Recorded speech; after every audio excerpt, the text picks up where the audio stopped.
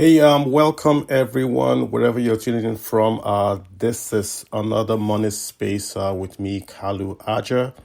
And on this space, of course, we're talking money, the economy, and finance. And we're trying to make it personal to you, like how do the big topics affect your personal wallet? So it's personal finance to you. And this week, we're just trying to review what's going on in the world, like US markets, Nigerian markets, what has happened and what should happen going forward. So it's all educational. Nothing here is investment research or advice. We're not giving you advice to buy or sell anything. We're just talking around the topics of investment so that you're better equipped, so to say, right? So without much further ado, how we do it here is I do a brief intro, and then we take questions, and then we sort of allow the floor to speak, and then we'll take it from there. So with your kind indulgence, I'll start from the US market. So again, we're just reviewing Q1 2024 year to date to see what's happened, which sectors really performed. Maybe that gives us an insight into what sectors will perform going forward. But remember, guys, past performance is not an indicator of future performance. We always like to make that clarification, because something performed well in Q1 does not translate that it's going to perform well in Q2. But let's start from the US markets. What sectors, and this is going to be, we're looking at it via the ETF window. So if we say stocks, we're looking at some of the ETF that performed or that manages stocks, and then I'm going to give you the year-to-date return for that ETF, and also give you the ticker. So in case you want to write it down, you're going to get your pen and write the ticker down, right? So the best performing ETF, which reflects that sector for year-to-date 2024, has been commodities. And the ETF I'm tracking there is going to be the GCC. GCC, that's tracking global commodities. That's the number one ranking or returning sector in the world so far. And it's easy to see why. Crude oil is going back up. Crude oil and gas is going back up in price because of the geopolitical tensions around the world. So that return has impacted on the stocks in that ETF. So as oil prices go up, of course, commodities will also go up. And that's what you're seeing in that GCC ETF, basically being the number one best performer in the world so far. If you want to track this next best sector in the world so far, it's going to be US stocks. And not just US stocks in general, but the blue chip NYSE, NASDAQ traded stocks. So the ETF for you to track US stocks is going to be the VTI. V just means the Vanguard. So this is a Vanguard ETF. It's got about nearly 4,500 stocks in it. And it's the big boys like Apple, Microsoft, all down the chain. About 4,500 stocks there. If you want a smaller version of the VTI, that's going to be the VOO. That's tracking just the 500 stocks. But VTI is more broad. So VTI is the second best performer in the world via ETFs as in year-to-date 2024. Then the third best, of course, is foreign stocks in developed markets. So we're talking Kenya, we're talking Nigeria, developed markets, Japan. Those kind of stock markets, essentially, together with emerging market stocks, have been the third best performer in the world so far. So it's commodities, it's US stocks, and it's, of course, the emerging and foreign stocks markets. And you see it also when you look at your look at the markets around the world, and you see the performance, what's happening in Africa, in the Southeast and all that. The idea or the risk in stocks right now is that these stocks were performing or were projected to perform because US interest rates were about to go lower. So the market was pricing in price movements in anticipation that US stocks would go lower. Now that the US Fed is signaling that it may not be so aggressive, right, in cutting down interest rates, then of course we would like to see what will happen to those asset classes, i.e. US stocks, VTI, emerging market stocks, and of course the developing stocks.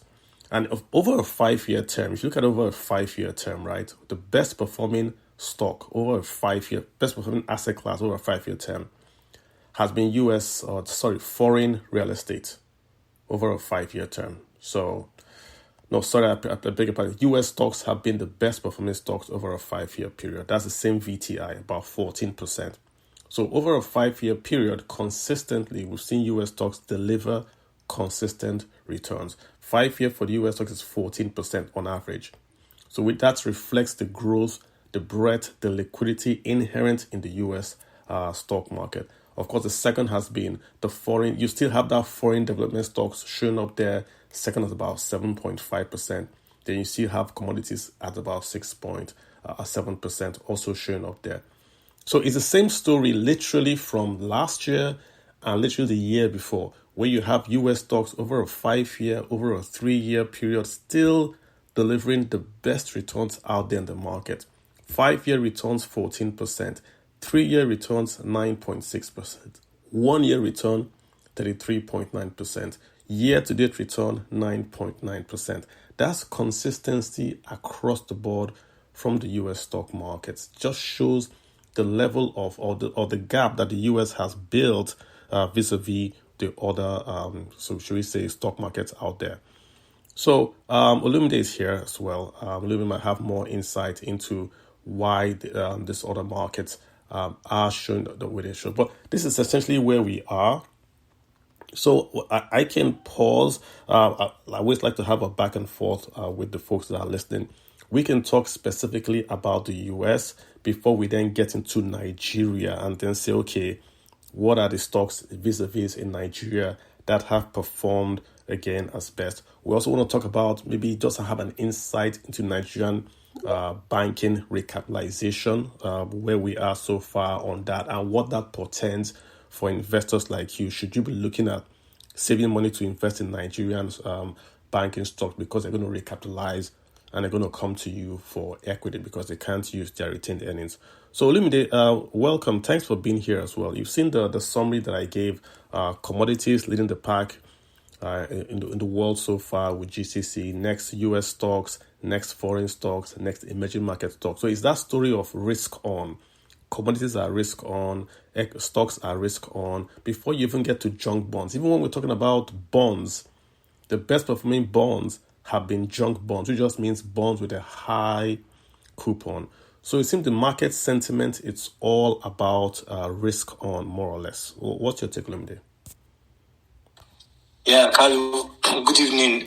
Spot on points you earlier retreated, and your deep line in the market also reflects most of the things that are really happening.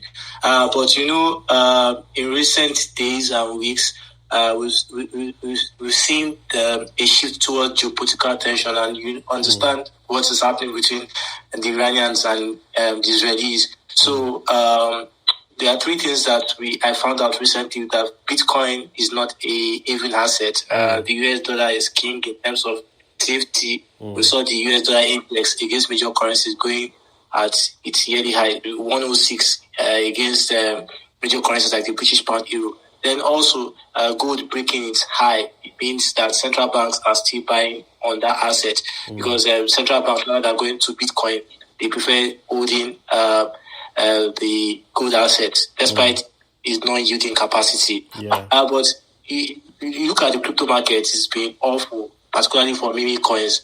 And I think what it has shown is that investors classify it with weak equities, especially the risky ones. Then look at Friday results. JP Morgan brought out decent net income result, but their outlook and quarter-to-quarter growth disappointed investors. So we saw the stock going down 6%. And the tension in Iran, at that time, Iran was planning to hit the Israelis. So there was sell-off. So while you are right on the longer time frame this year, it has been risk on.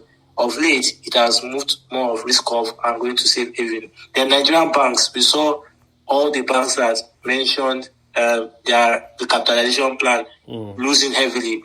Look at Access Bank for the week. Access Bank lost 14.6, GT lost 13.8, First Bank lost 11.2, Zenith 5.9, except for UB that just moderated slightly, and that was because UB has not announced its recapitalization. So investors are not really happy with the capitalization plan. They see dilution, and they feel that Nigerian banks with Nigerian Brews coming with 600 billion right issue, we are expecting Dangote refinery, we are expecting all that listing. It might be a tough. So investors are pretty much not happy on the engines, despite you seeing a year-to-date gain of 18 trillion naira. Yeah, I know they you passed over it casually. I think it was a big cementing of the fact that Bitcoin is not a quote-unquote safe asset. I think before we used to call Bitcoin this digital gold. I think the event of yesterday and even prior has shown that only gold, there was risk in the world and the investors ran to gold and the US dollar. The same US dollar that is falling globally because of weak exports, high deficits. Investors still ran back to US dollar and gold. Gold is up month, week. I think it fell on Friday. And Bitcoin and all the coins literally have fallen. So I think that answers the question of, is Bitcoin and cryptocurrencies, are they more of a, should we say, safe investment, or are they more of an investment to make wealth? I think that answers that question for now. Yeah, you're totally right. And, just like you tweeted, it seems that investors see it more as an asset for wealth growth, or what we say classify as growth assets like Tesla and Co. And I think that's worrisome because I earlier classified it as digital good based on Standard Chartered's analysis. But I think the table has turned, and I think the reason why investors are really skeptical about the crypto market is still that regulatory embargo around that market. So it's safe to say that investors hold on to the dollar, gold, and traditional assets like bonds. Okay, look, also another thing you mentioned was that you said Nigerian investors were not happy about the recapitalization. Once banks announced that they don't want to raise capital, which speaks to dilution, the share price is going down. Can you speak more on that? I mean, it might be a segue. I looked at the returns also for Nigeria across the board this first quarter, and only one asset class was beating inflation. Very, very surprising, beating it by a large amount. That was equities. Equities in Nigeria are beating inflation by a very, very big margin. Does that factor in, if we're going to beat inflation, why are the investors not happy with the banks raising money, more or less? Yeah, so very good question, Carlo. And I like the fact that you brought historical patterns, because if you look at banking index last year, it did more than 67% for the year, and that was higher than the headline inflation rate. So I think the elephant in the room is Cardoso. Cardoso has increased the CRR to a record level, 45%. That is so high. At the same time, you are saying banks to raise, and you excluded retained earnings. So it means that they want infusion of fresh capital, and that really seems to be a very complicated journey. And the reason is because we are still in an environment where raising capital is quite expensive offshore. And if you look at the level of income generation in Nigeria, it means that the banks have a tall order raising about 3 trillion naira. I spoke earlier that Nigerian Brews also wants to raise 600 billion. They're expecting the listing of Dangote, and money market is very exciting. So the urge for investors to want to invest in a very aggressive regulatory environment, where Cardoso in his last MPC meeting highlighted and stated that this is going to be a change of order where the space will be heavily regulated. It seems that investors are saying, let's take our bets away. So if you look at the banks, like, I saw you had the dimension. Look at interest income, look at profit, look at net assets. The banks have improved, kind of honestly. But the key issue here is that the banks need to look elsewhere, because Zenith Bank made more than half its market capitalization. UBA made almost 3/4, and now compared with a bank like JP Morgan, Wells Fargo, Citi, these are banks that barely made 15%. And if you look at their market valuation, they are at least 15 times or 20 times bigger than the big Nigerian bank. So the question here is, how will these banks pick out the capital? And that's the $1 million. So apart from GT says he wants to raise $750 million. Carlo, that's a lot of money. That's about 3/4 the market value of GT. Zenith also plans to raise a large chunk through different channels like GT, and you look at assets. So the question right now is, despite the fact the banks are making money, would they keep up with this pace? The answer is no, because the CR is increasing.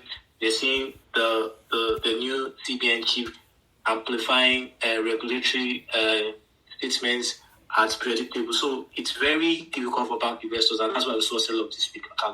Yeah, and Olumide, I'm just sharing something real quick on my TL. So guys, if you want to follow, look at my TL. I just shared a Nigerian bank's key metric. I'm going to ask Olumide about that, because Olumide, basically what we did on this Excel sheet was just to take some key metrics for Nigerian banks, put them on a chart, and try to score the Nigerian banks according to those sectors. So we did Access, First Bank, GT, UB, and Zenith. Then we picked this particular indices. We took net interest margin, which is core banking, which is looking at the banks and saying the amount you pay for deposits versus the amount you get from your loans. We scored all the banks. Access Bank came tops there. Huge margin, about 555 billion, right? Access Bank came tops there.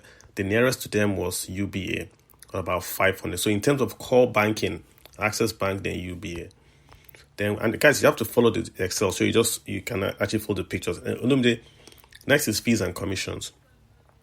The first bank there was UBA at 307 billion. So they earn from fees and commission 307 billion. The next bank there to them again is Access. So you see a story developing: Access Bank, UBA. Then we looked at profit after tax, and this profit after tax, we looked at it as what the banks made, all their profit after tax, all baked in. Zenith Bank was number one, 606 billion. The next bank was Access Bank and UBA. So 619, 607 from Access Bank and UBA, but Zenith Bank came to 606. Now, Olumide, when you normalize the profit, so you take that profit that Zenith Bank made, you take away derivatives, you take away currency exchange gain, just make it pure profit from net interest income and commissions, but take away any extraordinary item or extraordinary returns that the banks make. What you then get is UBA coming first with 123 billion. So go back to UBA's profit, 500. They are now making 123. If you look at Zenith, they are making from 326 billion. So that, let me put it this way. Zenith's total profit is 676 billion.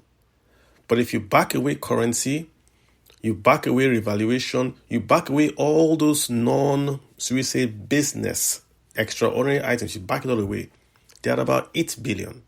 8. 1, 2, 3, 4, 7, 8. So is Zenith Bank a hedge fund? Olumide.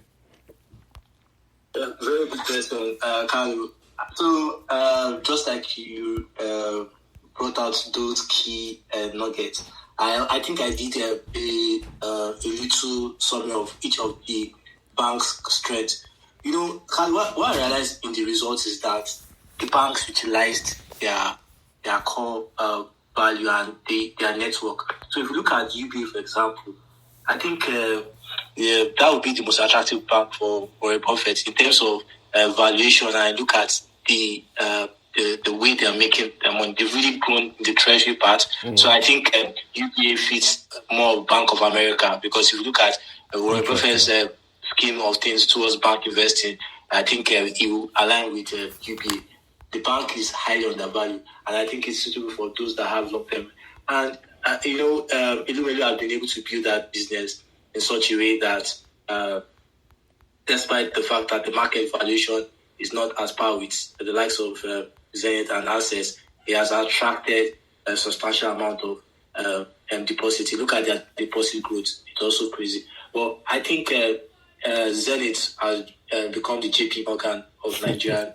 You look at their profit was massive, but Access also too. Access has shown that they can be the Morgan Stanley of Nigerian capital market, and the reason why is because look at their leverage utilization and their massive loan book. And in the first 2 quarters, UBA was king in terms of FX revenue. But when you look at total results of all the top 5 banks, Access seems to be the FX king. But GT looks like a bank that with conservative or people like other statesmen we really like, because they are quite conservative. When you look at the leverage utilization and you look at exposure to risk, they utilize capital more than any of those banks. So it seems to be the most efficient run bank.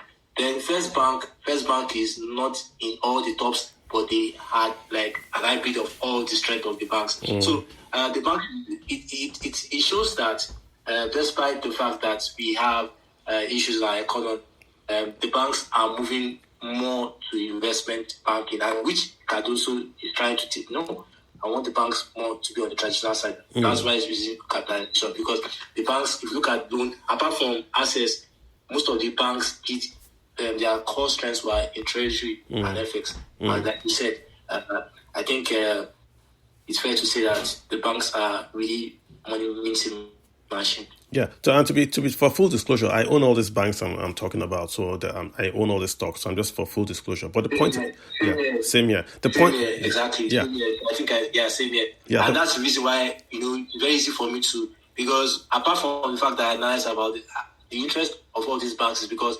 one of the major reasons why I bought into all these banks is because I really wanted to understand how each management and how each bank gets their income. If you look at Zenith, their core strength is corporate. There is really not really on retail corporate. And that's why when a lot of people on Twitter complain about, I just laugh and said, you guys don't seem to know Zenith's core value here. And if you look at their alumni, we have the vice president, he's a Zenith Bank alumni. The former governor of, I think, Akwa Ibom was a Zenith Bank. So Zenith Bank has been able to throw its tentacles in the political sphere of Nigeria. Also, look at UPA. You cannot ignore Africa's richest man's stake in the bank, and also Tony Elumelu. So his marketing network and his exposure in other markets like energy and consumer goods has also helped UPA. If you look at GT is more like a bank where the same high presence of FPIs, and that's why the bank listing on the London Stock Exchange has amplified confidence in that stock. If you look at the GT price pattern, the stock really goes below 16 naira, and normally we get at 50 to 55 naira. So that's a stable stock. First Bank, old stock, old company, but new infusion, wealthy families like Femi Todola, like Adonuga, and I'm forgetting the third person, but that traditional presence also has brought First Bank of late above 1 trillion. So the banking system has their own way of doing things, but it seems that each of those banks are utilizing their core strengths. Gotcha. I wanted to talk more about, you said UBA is going to be the Warren Buffett play. Again, I look at the UBA dividend yield across the board, across these 5 banks, Access, First Bank, GT, UBA, and Zenith. UBA is about 10.6 dividend yield, followed by Zenith, then followed by Access, and then GT.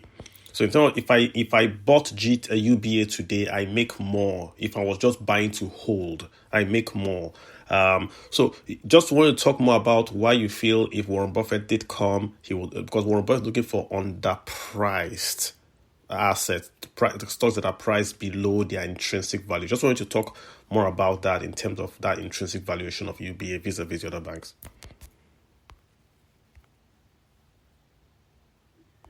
Yes, so Carl, look at rightly brought out those points. You look at UBA, for example. First, we're going to look at the pricing, the value, the growth, the book, and the book value. So I think the dividend yield alone, look at what Warren Buffett gets from Coca-Cola. I think last he got about 200 billion the last time I checked. And if you look at the yield UBA is paying and the present valuation, I think UBA can double in the next 3-4 years if they get the business done. The only issue I have with UBA right now is that we're not seeing that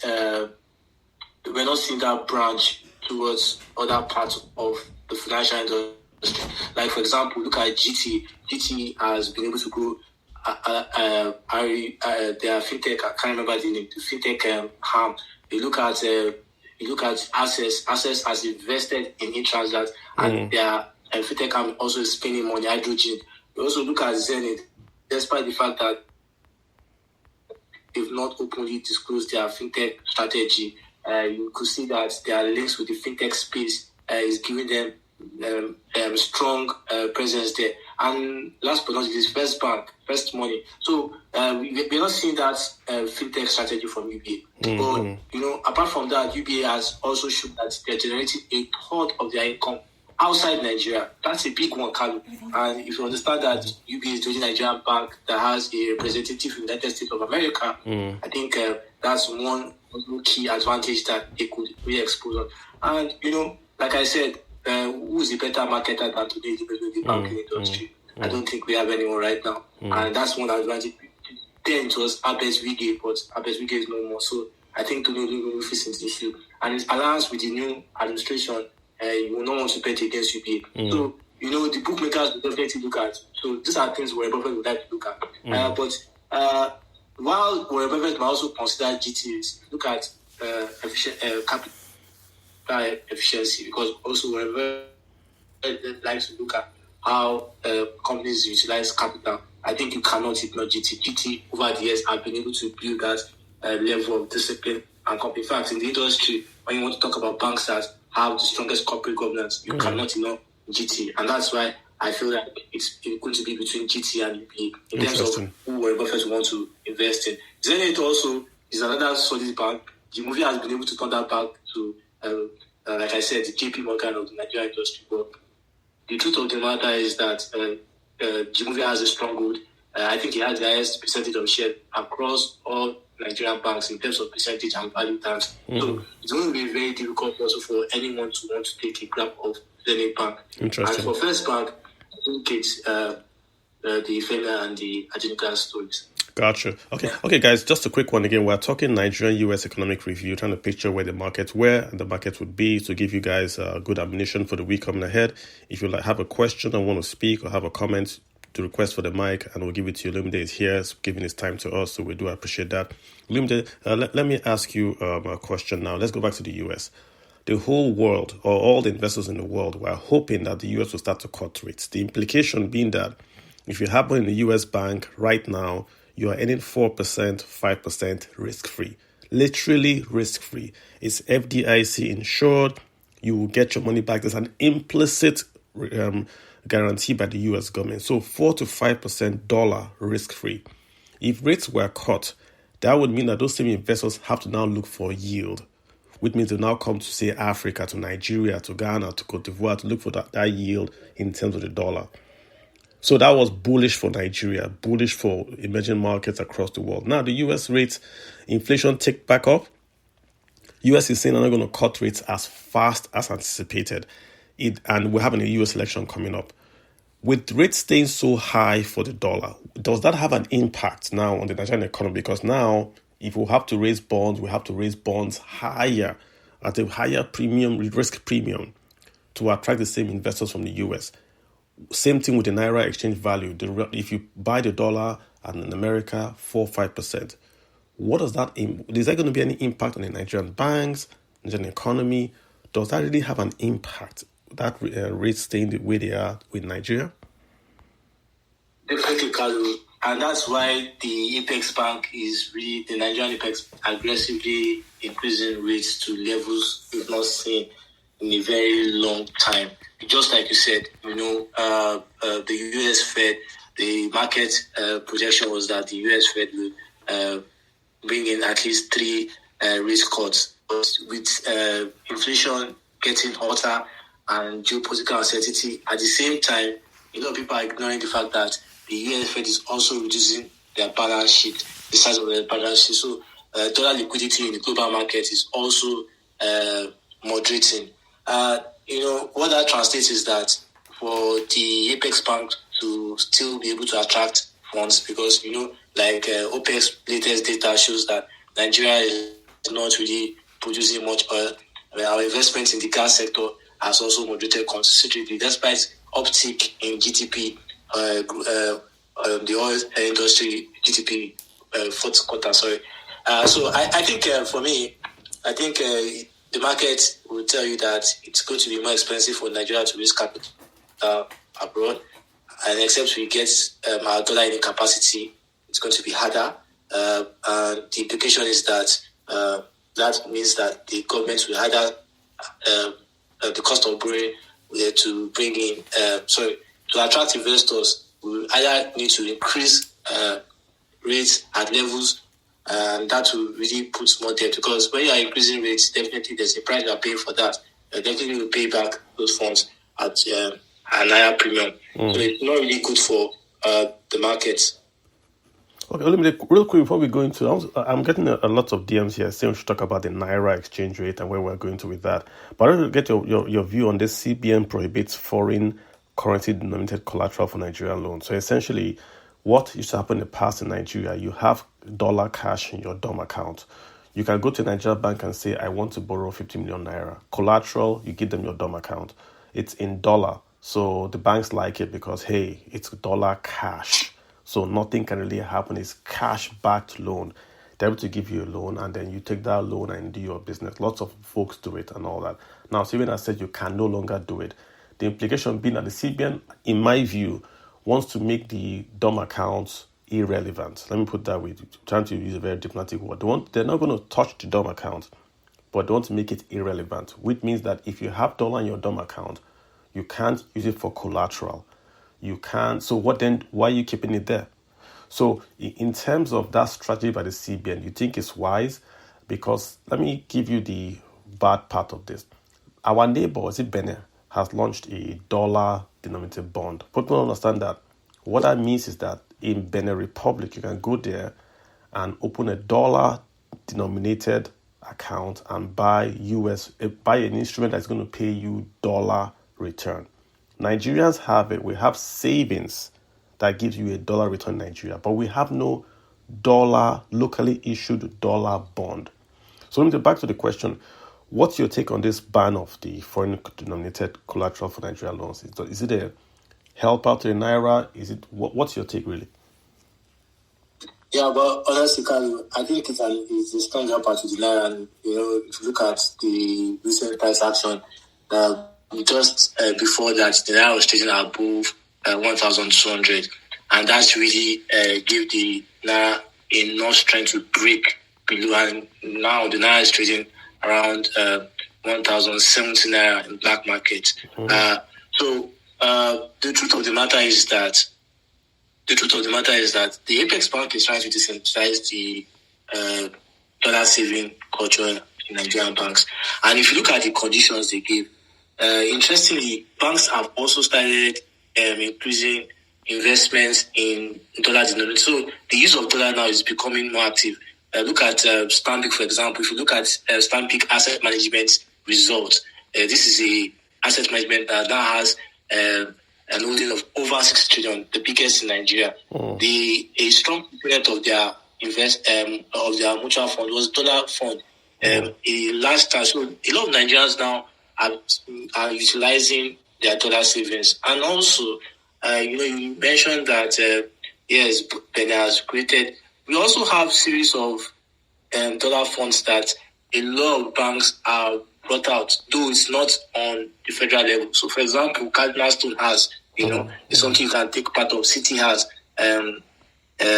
this popular bank. GTU also has, and you can really take position of that. So, what the end game is that the CBN is trying to reduce speculation in the official market, because Carl, if you look at it now, the official market, the parallel market is stronger than the official market, and the reason is because now the incentives to buy the dollar is reducing day by day, despite moderation in oil prices, and the Apex Bank has also succeeded in reducing the reference ability of parallel market by shutting down service provider, which a lot of Nigerians are angry about. But the truth of the matter is that it has worked in confusing price action technicians on what true value the Naira is trading at the unofficial market. And just to make sure people understand what you're saying. What you're saying is that before there was a reference for dollar exchange, which was maybe Binance or even Aboki FX.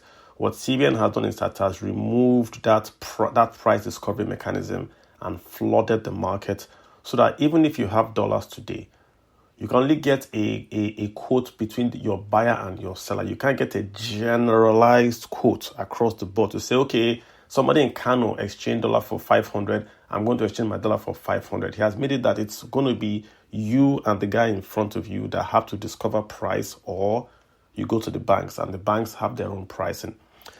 Am I correct in that? Yeah, perfectly. Okay. Well said. I don't think we also give Mr. Cardoso enough credit for what he has accomplished, right? If you pull up let's look at the source of Nigerian FX. We have exports, whether it's oil or non-oil. We have export, we have remittances, we have the FPIs and the FDIs. So foreign portfolio investments, foreign direct investments, then crude oil and remittances. These three are the big boys. Exports, remittances, and of course, FPIs and FDIs. Let's remove FDI because it's more of a long-term thing. Let's replace FDI with loans, which means at any time in Nigeria, if you measure and let's be real, when we say exports, we are talking about crude oil and gas export, not cocoa, not sesame seeds. Why? Crude oil and gas is 89% of the exports. So the export we talk about in Nigeria is oil export. So let's go back again and say it. So we've got oil exports. We have FPI, which is short-term flows to buy bonds. We have loans. These are the sources of revenues or FX revenues into Nigeria. These guys. If you look at all three, crude oil is down.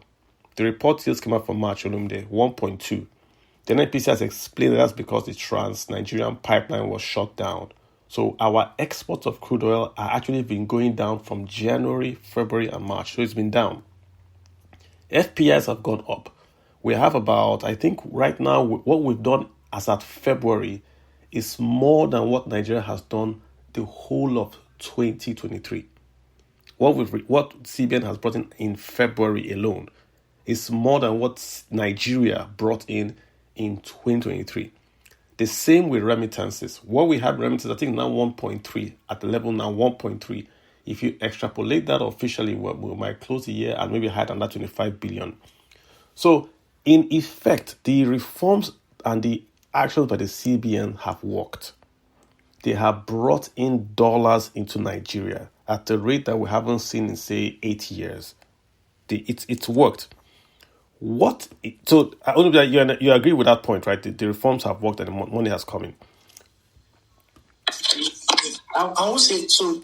Yes, the reforms have worked, but Kali, I see why people attack you, and they seem to put the politics part. And markets are not politicized. Your concerns are the structural issues that underlying in the long term, because we all know that the oil market is a derivative. The naira is a derivative of the oil market. There's no how. There's a story I'm just trying to write on around cocoa, and I was looking at the numbers of how much Nigeria earns from oil. It's almost 90% from energy. So you're right when you say that it's not really a success story. What the Apex Bank, because when we say the reforms are successful, it means that as it were, you just need to maintain the momentum. You cannot keep increasing interest rates. If Cardoso keeps increasing interest rates 6% every quarter, by middle 2026, I don't think any company will be able to survive. So the reality is that what he has been able to do is just buy time for the fiscal side. And our concern as the average Nigerian, that's why I don't share those attacks when a lot of people don't tend to look at the fact that while you might say, okay, the reforms are working, seems to be working, it's not over yet. We definitely have a large deficit. The poverty is on the high, social unrest is on, unemployment, all the indicators. The Americans don't look at the FX market. The British don't look at the FX market. The Sweden, what they look at is the unemployment data.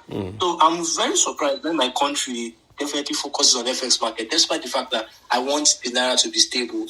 But the reality is that we take the shine of the core issues facing the Nigerian economy. Why are we not talking about food inflation? Why are we not talking about the fact that our deficit has gone out of proportion? Why are we not talking about the last decade was worse than, and the last 2 years was even worse than COVID? If you look at the presentation of the finance minister, look at how the economy performed in 2023 and 2022.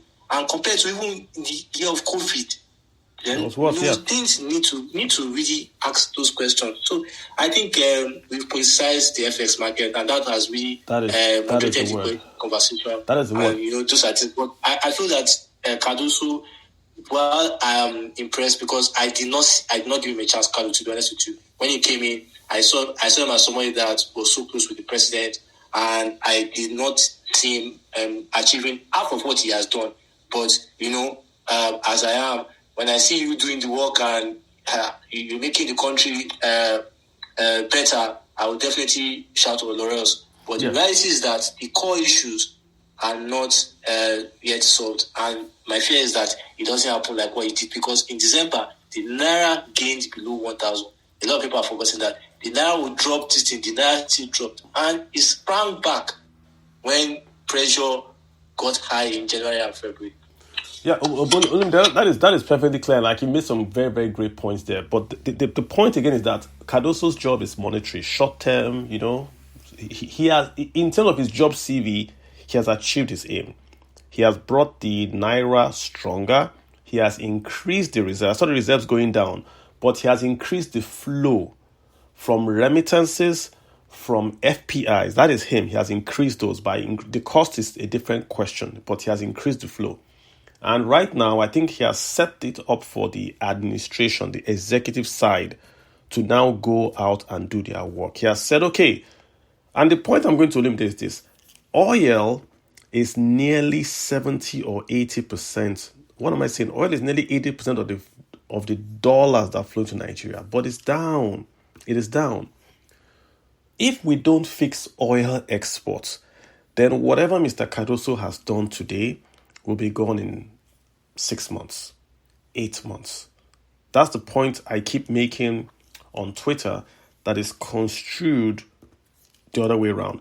We've got to look at the maths of Nigeria and ask ourselves, if we get dollars from a sector that is 80%, then, and that sector is declining, then ultimately we cannot borrow FPIs and remittances. We can't remittance our way to success. This is the point I keep trying to make on Twitter, that is somehow the noise of politics coming. Exchange rates are the result of the exam. They are not the exam. When you do your country, set your country up perfectly and you do the right things, then your exchange rate responds by getting stronger or weaker. You don't fix your exchange rate and the country gets better. You fix the country, then the exchange rate gets better. Olumide, have you seen the result from Saudi Arabia that says that Saudi Arabia today are now generating economic activity, right? 50% from non-oil. So Saudi Arabia's economy is now generating 50% of its activity from non-oil. This is the largest oil producer on earth, i.e. their non-oil activity is larger or as large as the Nigerian economy in general. And when Saudi Arabia started this, women can drive, WWF can come to Saudi Arabia, Grand Prix, investing, because this growth has been driven by entertainment and art. That's what has driven this growth in Saudi Arabia. They've opened up their country. They've taken oil money. They sold Aramco, and they sold a bit of Aramco and took all that money and invested in entertainment. They've made Saudi Arabia a destination. Even America, they bought the golf franchise in America. They are in competition with PGA. They want to buy the tennis one. I'm sure they will soon buy FIFA. They're going to introduce maybe their own UEFA or FIFA. So that in the next 25 years, kids are going to take it for granted that Saudi Arabia means sports. So this is a clear journey of how they've gone from crude oil, clear journey, to non-oil export. It's doable. And it is less than how many years did they have MBS? Yeah. MBS did all this. Seriously, to be honest with you, we have serious problems. Even look at that oil sector you mentioned. If we were just producing 1.23 million and it was consistent, you look at the oil arrangement, most of it is joint venture. So Nigeria takes just a majority, maybe between 40 to 60%. Now, operating margin to drill oil in Nigeria is one of the most expensive. In fact, if you remove Shell, the most expensive place to drill oil is Nigeria. It costs about $48.7 per barrel, according to the FRS, Zach Adedeji, when he was speaking with lawmakers. So now you look at the margins, and Nigeria's oil is selling at a margin. It's selling at a premium. Bonny Light is selling at $3 higher than what Brent crude is trading at. So it's not that we don't have the edge, but the problem is that, like you said, underinvestment, corruption, theft, negligence of efficient procedures in our sector has turned the oil sector to a liability. So, Kalu, the truth of the matter is that we need, and that's why this is the problem I have with the present administration. Buhari tried it did not work. Why is the president the head of the petroleum ministry? Because the petroleum minister, the state of petroleum minister of state for petroleum affairs, we know his hands are tied. So the truth of the matter is, why don't we have a technocrat that can really do what we are saying in the monetary side on our energy sector? Because the energy sector is even much more important than many sectors in the Nigerian economy. And if you look at the price of oil right now, the amount of subsidy we are going to be paying, the Pinnacle MD said that Nigeria pays about 1 trillion naira monthly. Now, my estimate is that based on his estimation, if you look at what Brent is trading, Nigeria will be paying about 1.5. Where's the money coming? So we are now seeing that the gains that we think we are gaining, we're not really gaining those gains because oil price is going up despite the fact Naira is strengthening, and the refineries are not yet in the stream and are not yet online. So where are we going to get all these things? And that's my concern, Calvin. So we can't even think of diversifying yet. The oil sector is in a sick situation. It really needs revamping. Yeah. And until we have a strong will, it's going to be a very unfortunate story. Yeah. But again, it's just at that point, Olumide, has to be emphasized that I know when MBS became the Prime Minister of Saudi Arabia, I remember it as yesterday. And I remember when he had these plans, many people laughed. But you can see, why I'm saying this is that Nigeria can just copy what Saudi Arabia has done. Take NNPC, take Nigerian liquid natural gas and sell it. Sell 10% or sell 5%. You sell that money, you give the proceeds to the Nigerian Sovereign Wealth Fund. Then you target 3 or 4 projects. Number 1, you connect every state in Nigeria with a 10-lane expressway and rail. That alone will take about $10 billion or even $15 billion. Then you invest, number 2, in this fiber optics or telecommunications across Nigeria. So if I am sitting in Kogi or Abia State, I can get on a train anywhere in Nigeria and get to any part in Nigeria in 1 hour. I can move goods from Katsina via train to Lagos in 8 hours on a train. I can go online, download the fastest internet, and get a job in my village in Abia. When you do this as a government, you just do this and you just step back. Then the Nigerian entrepreneurial class will step in and double that money you have done. You didn't borrow the money, they will double that money for you. If you go to a state, look at what's happening maybe in Abia State, for instance. You see a road. You see those pictures they post online. You see a road that looks like a jungle, literally a jungle. There are trees, ponds growing on the road. A road. The governor comes, clears the road. He just clears the road. What do you see the next day? Umbrellas, women selling fish and stuff on the road. So you clear a road, you get commerce. With the commerce, you create revenues. With revenues, you get tax returns, you create jobs, you even reduce crime because you just clear the road. Same thing in Nigeria. They imagine what will happen if farmers in Kebbi can load rice from Kebbi to go by rail from Kebbi to the markets in Lagos, in Rivers. Food will fall. If food falls, food inflation falls. That's how we fix these things. We don't fix them by going online and making speeches. You take the money and you invest in infrastructure. It's too expensive to produce things in Nigeria. Olumide, I'm writing an article now. Go ahead, Olumide. I'll tell you my article, but go ahead. I'll tell my article very soon. Yeah, well, I agree with you. No, I just wanted to retrace some of the things you said. Sometimes they go well at Lekki together. Lekki is supposed to be the affluent hub in Nigeria. Yep. Kalu, the water in Lekki is bad. The heat in Lekki is bad. I was doing the maths. I was calculating my cost of feeding. That's why I was in the first place. The ease of life with an average middle class city in Europe. It's expensive in Nigeria. And if you look at the income the average Nigerian earns. So the problem I have is that we can't even trust the government with simple things. We want to start doing AI. We want to do internet. When there's no local government that has clean water.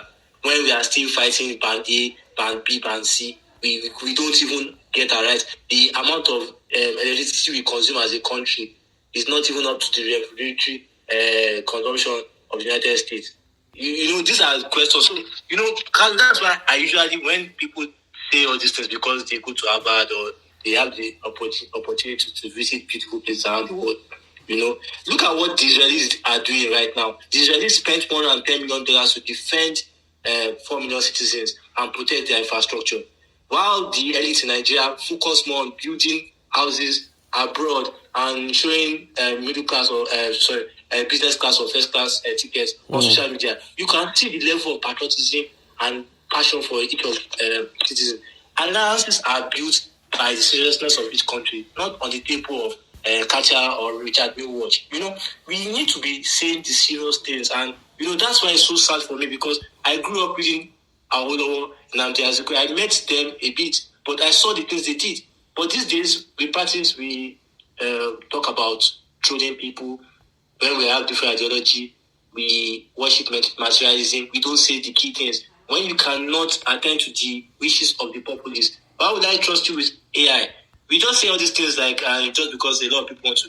Look at the ID card issues we are talking about. We already have an NIN. Why are you saying you want to connect? You want to create a new type of card that will connect with the banks when we have BVN already? Why don't you synchronize all these things? A lot of Nigerians abroad cannot even access their bank account because of the new directive of linking your NIN with your telecom. It created so many issues. The level of fraud is on the eye because of those gaps. It's a very sad story, but I feel that Nigeria will change for the better. I'm just optimistic, and that's why many times I just focus on the market and leave the politics in. Olumide, amen to that story. Real quick, guys, you can request to speak, and I think I and Olumide want to hug. We've been talking for an hour, so request to speak, I'll add you. But let me give a last story, my own personal story, just so you guys understand. Let me explain to you the economy of Nigeria via my own personal story. So I wrote a book in 2022. I published on Amazon. Now, I was surprised that Amazon does not service Nigeria. And let me just give you advice. If you ever want to publish a book, go to Amazon, because all Amazon will do for you, you just give Amazon your digital copy manuscript. They will do everything else. They will sell it. They will pay you. It's sold in every country on earth, in any language on earth. You don't have to be there.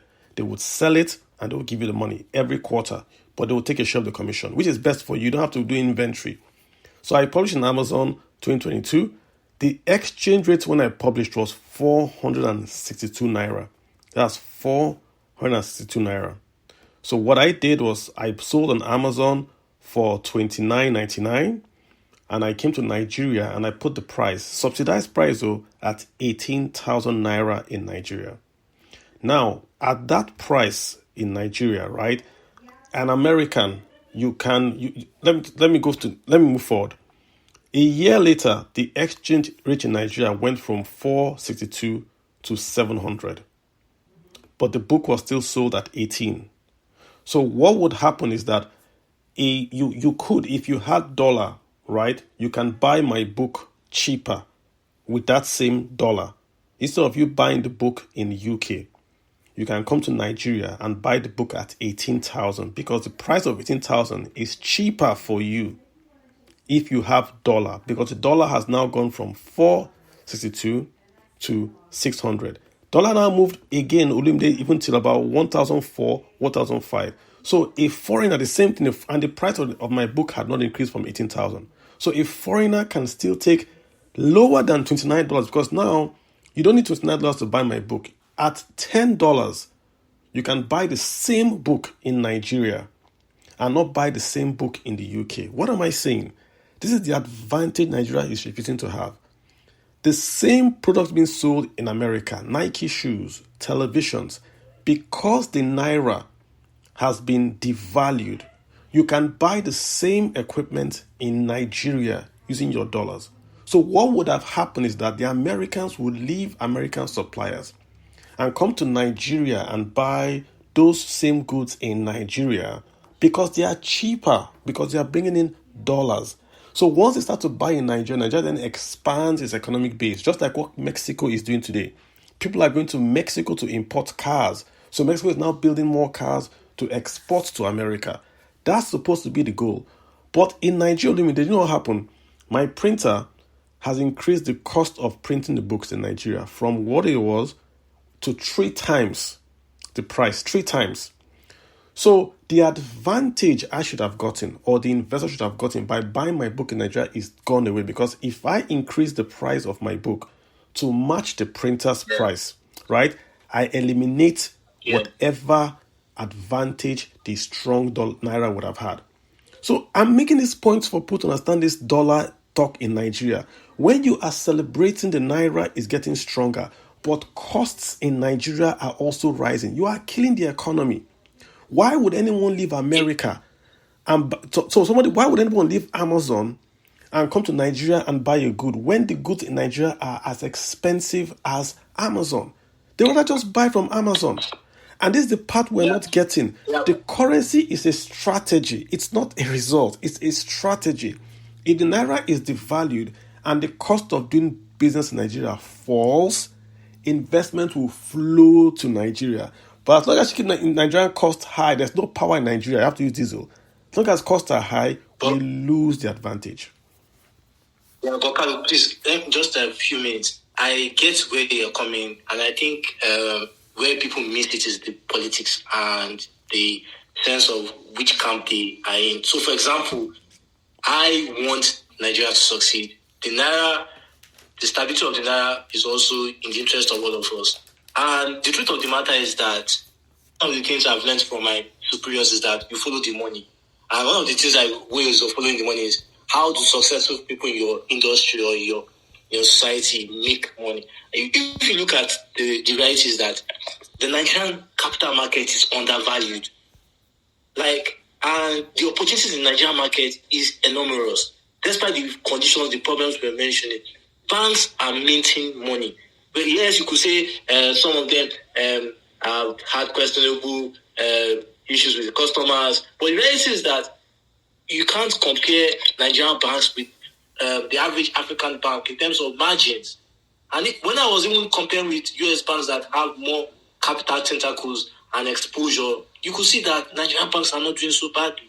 So the problem is that while we look at the problems, we forget the opportunities. And that's the problem I have with many people, because the goal of my message is for a prosperous country. I want my people to be prosperous. I want Nigerians to be happy. I want the country to. So while we're talking about the problem, it does not mean that there are no opportunities. Because the argument on Twitter is that when we talk about the bad side, they forget to look at the things you are saying that the opportunities are around. We spoke about UBA, nobody's talking about it. We spoke about the bank's ending, nobody's talking about it. But when you talk about the problems that seems not to be interested in camp, then it paints a bad name. So, like you said, operational cost of businesses have gone up. But we still have companies like Boa Foods, Dangote Cement, they still made a kill. So, the truth of the matter is that despite the problems we have, there are opportunities in the country and there are things we can do to scale up. That is true. I belong to the school of thought that while we are complaining, we should show workings rather than just complaining and sitting down and burning the people that are trying to make a better country. That's my own opinion. Let's get Batunde in here. Batunde has been waiting. I also have our sponsor here, Temliwa from Nigerian Market NG. I also bring him on. But Batunde, please go ahead, sir. What's your take? And good evening. How are you doing, sir? Very well. Okay. Thanks for you and Enubide's presentation. So my take in all of this is we seem to be going around in circles because we seem to be talking about. But Babatunde, sorry, your audio gets muffled and back and forth. If you could just just watch out. Your audio is getting muffled and back and forth. Just go ahead, sir. Okay, is it better now? Yes, very much. Okay, great. So I said we seem to be going round in circles because we're not prioritizing the things we should be focused on. We seem to have a whole lot of things we should do, but we're not even getting anything done. If you understand what I mean, for example, look at infrastructure. We've talked about power. The Buhari government talked about the cement deal for 8 years. And based on what the current power minister is doing, it looks like we're just starting all over again.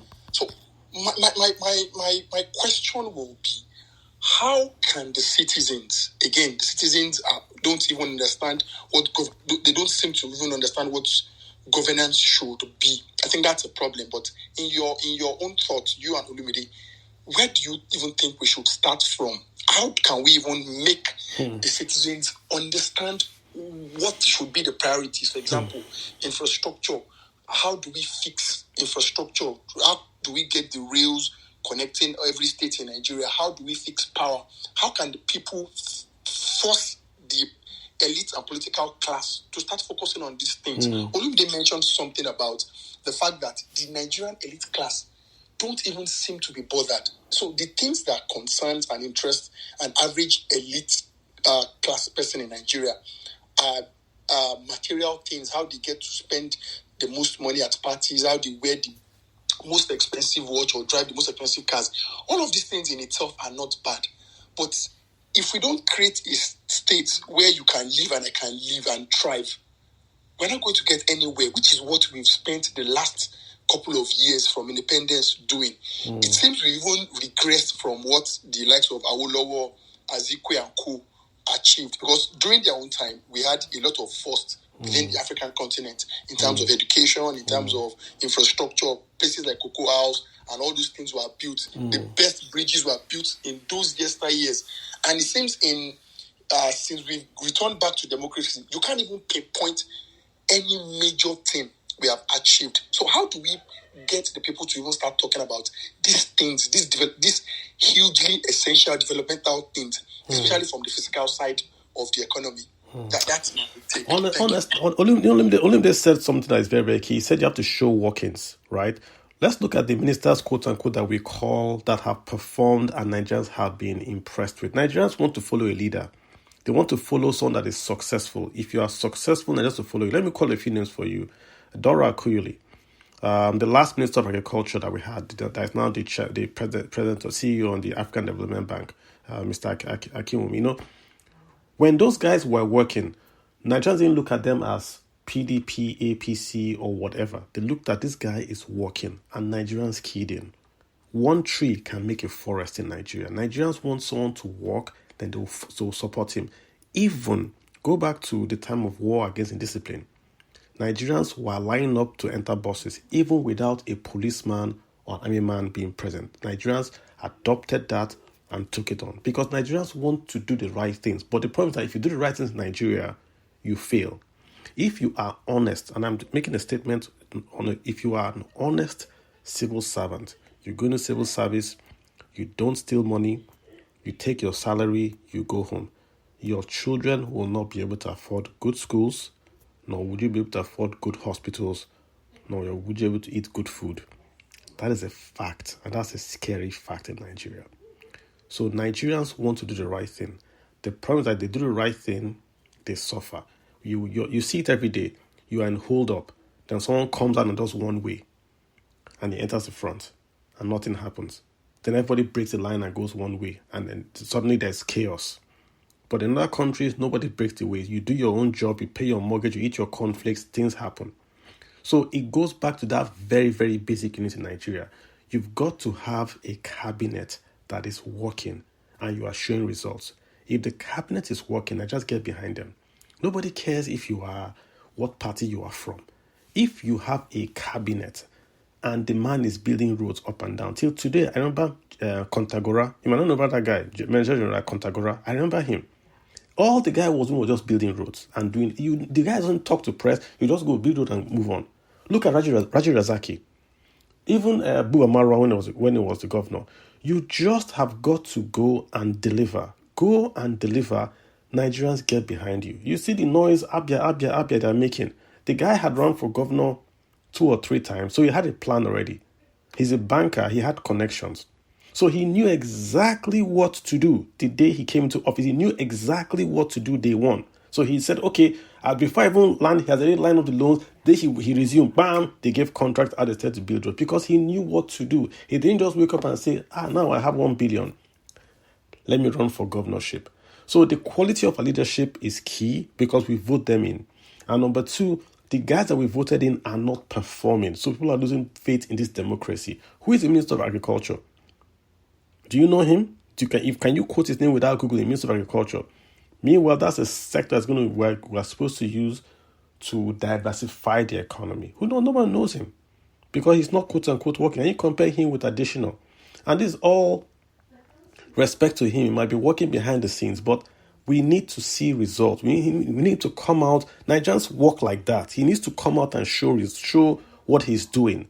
So that people get behind his agenda. If he comes out and says, I'm doing this, people see results, people get behind him. Well, we know Nigerians are not cynical. We are just cynical of the government because the government is not performing. That's really it. We don't care if it's I'm getting into trouble. I don't think the average trader cares who is the president. If the president will just guarantee him safety to do his business, he doesn't care who the president is. He will support whoever the president is. Just you, the president, do your own work. Then the trader guy will do his own work. That's what Nigerians need. They are very simple people.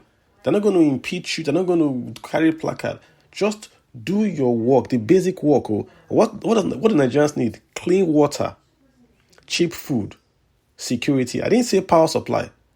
If you write the top 3 list of what Nigerians need in Nigeria, clean water, cheap food, security. I didn't even mention power supply and roads. We are at that basic level. Largest economy in Africa. Basic. Man, Batinde, it's tough. Thanks for the comment. I appreciate it. Can I just add something? Just please go ahead. And I think another problem again is that I want to use the right word here. The way we desensitize our things. Like, look at the Naira, for example. The Naira has strengthened in the black market this year. And pessimism is still high. People wish the Naira, a lot of people are not happy about the Naira. The question is it that you want, because you bought at the black market rate, you want the Naira to continually fall? Nigerian banks will make money. You say that they are criminal-minded. When they lose money, the economy is dead. This kind of conversation. So I say that, just like you said, I think we also need to change our mentality and the mindset that, see, yes, we have problems, but they used to say that before you point your hand at the problem of somebody, first treat your own self. And that's why I would say, first of all, we have to make ourselves relevant. Personal finance education is important.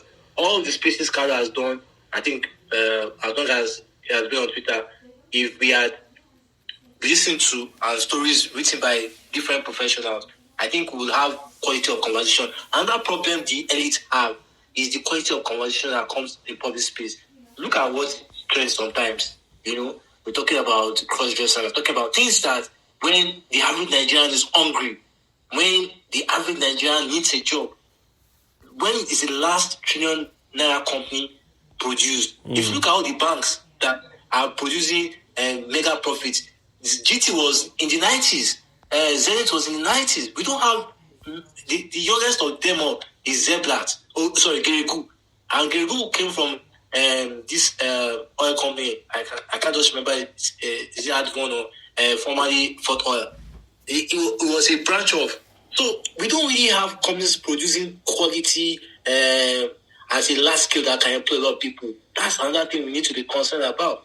And the population is growing faster than the economy. Now we don't even know whether we are 220 or 240. I think the president has a lot on his hand. And just like you said, when you don't even know the Minister of Agriculture, now we have Marine Minister, like I was saying sarcastically, maybe the media for man-made would be able to address what is really happening in that ministry. Till today, I cannot tell you that what is coming out. And these are important sectors of the Nigerian economy. So while we want our country to succeed, I think it's also fair for us to constructively pass the message to the fiscal side that they need to show serious workings, and time is not our friend. The population is growing older, and the population is becoming highly restive. Look at the criminal minds we saw when we were in Nigeria. So these are some of the issues that I feel that. Can you remember when you and I praised the reforms of the Buhari of the Tinubu administration, or the fuel PMS removal and the forex, and we were attacked? Do you remember when we came out and we talked about that, and people? I'm used to it, because when Emefiele was removed, and I told that the way it was removed was the path. Now, I don't see, one of the things I've learned on Twitter and in public, because as a writer, is that do the thing for your country, let your conscience, and just ensure that you are not doing the bad intentions, and let history, whatever, because the truth about it is that we have people that feel that whatever you do is in line with selfish interest, or so that's why, if you notice, the political side of, I don't discuss it publicly, I only discuss it privately with people that I trust. But political issues, I leave it and focus on the market, because the reality is that we've said all these things. When Emefiele, people thought Emefiele was just the problem, and I said no, they have an institutional problem. The way he was removed, everybody, but when FT came out, the issues died down. And we are very passionate about politics, maybe because some of us belong to different political codes. I would like to respect that. Okay. But for me, I think it is fair for us to always be straightforward when we want to say issues, because just like you said, there were times we praised, like look at this now, I'm praising Cardoso. Some of the people on the other side feel like maybe I've gotten exactly. And when I'm condemning Cardoso again, people will say, oh, that's the issue we have. So you see, maybe we like the worship of people, I don't know, I call it blind following of followership. And that's not how we were taught in school. We're taught that we have the ability to discern and know when things are right and wrong. And that's how investments are made. Because if you follow people blindly, you lose money blindly and you fall blindly. And that's where many people get to miss it. Because you like this person doesn't mean when he makes mistake, you shouldn't say these things. And that's why I respect people that have that integral capacity to be factual when even their fan makes a mistake. Well, let's address this real quick, because this is the most DMs I get. I don't answer them, but this is the most DMs I get. People always ask me, should I sell dollar? Should I buy dollar? Last week, I think it was last week or the 2 weeks before, we did a talk about the dollar. What should you do with it? Let me now tell you again. Just listen this time about your dollar. If you are investing from America with US dollar, bringing it to Nigeria to buy a Naira asset, you have 2 questions to ask. Number 1, do you want to keep that investment for a long time? I.e., can you leave it in Nigeria for 10 years and not miss it? If the answer is yes, please do so. You can bring the dollars, buy a Nigerian asset at a discount. Remember what I'm saying, that when you convert your dollar to Naira, you're getting a discount. You buy the Nigerian asset, you can keep it in Nigeria. If you can afford to, i.e., you're not paying interest on that dollar, you don't need it, Nigeria is at a discount today. So yes, if you are paying interest to borrow that dollar, I will not advise you to do so, because you don't know when you can exit. Nigeria is a bit volatile. So you can exit tomorrow, you can exit 10 years, you don't know. Because you don't know, don't borrow to come and buy an asset in Nigeria. Nigeria favors those that have excess dollar, can afford to invest it for a longer period. You can come to Nigeria, buy a depressed asset because you have a stronger currency, and sit on it. That's one thing you should do. So number 2, people are asking, I have dollars in a DOM account. What should I do with it? Your DOM account does not pay you interest. Even if it pays you interest, it's not a lot. There are many banks in Nigeria that offer dollar-denominated savings account. If you have dollars in your pocket, your inflation in America is not Nigeria. You are now looking at 3.29 inflation if you have dollar. That's what it means. So you're looking at divide that 3.29 by 12 months. That's your dollar inflation rate, not naira. So should you then sell that dollar for what? If selling it to invest, good. You are selling to invest and you can keep that dollar for 10 years, go ahead. But if it's that you are selling because the price differential in the last 90 days had changed, that might not be a good idea. You might want to consider taking your dollars from a DOM account that doesn't pay you interest to a dollar savings account in Nigeria that pays you a dollar return. So that way you are still exposed to your dollar, which is low inflation, but at least you are getting a dollar return. The next question obviously is, why should I even hold a dollar? Because the naira has a 31% inflation rate attached to it. I didn't create inflation rate, it's there. Once you hold naira, it's 31%. This advice is not for folks that are making money and spending money. This is for people that are dollars and want to keep it away for a certain amount of time. The dollars being in Nigeria is liquidity for Nigeria. Don't tell people not to hold dollar. They will take it out of Nigeria and there will be no liquidity in Nigeria or for the foreign exchange. We need dollars in Nigeria. We need it. So stop bad-mouthing it. Lumide, please go ahead. Yep. Yeah, that holding dollar thing, I was a bit I was a bit worried about your statement because, you were trying to show the fact that, yes, the even currency has always historically performed better than the naira. The way the message, and this is because it was Twitter. So, for example, when I came in and I was having conversation with my investment partners, and they were telling me that, see, guy, you just have so much dollar assets and your naira investment. Yes, you beat the market. Why are you not looking at money market? We feel the naira has peaked. And if you look at it even at 5-6 years, you'll be better. So what I did was that I converted a large chunk because I earn in dollars. I converted a large chunk. I converted at 1819. I'm just giving the maths now. And they said, okay, money market, I was going to get 10%. And look at FGM bonds, I was going to get as high as 13%.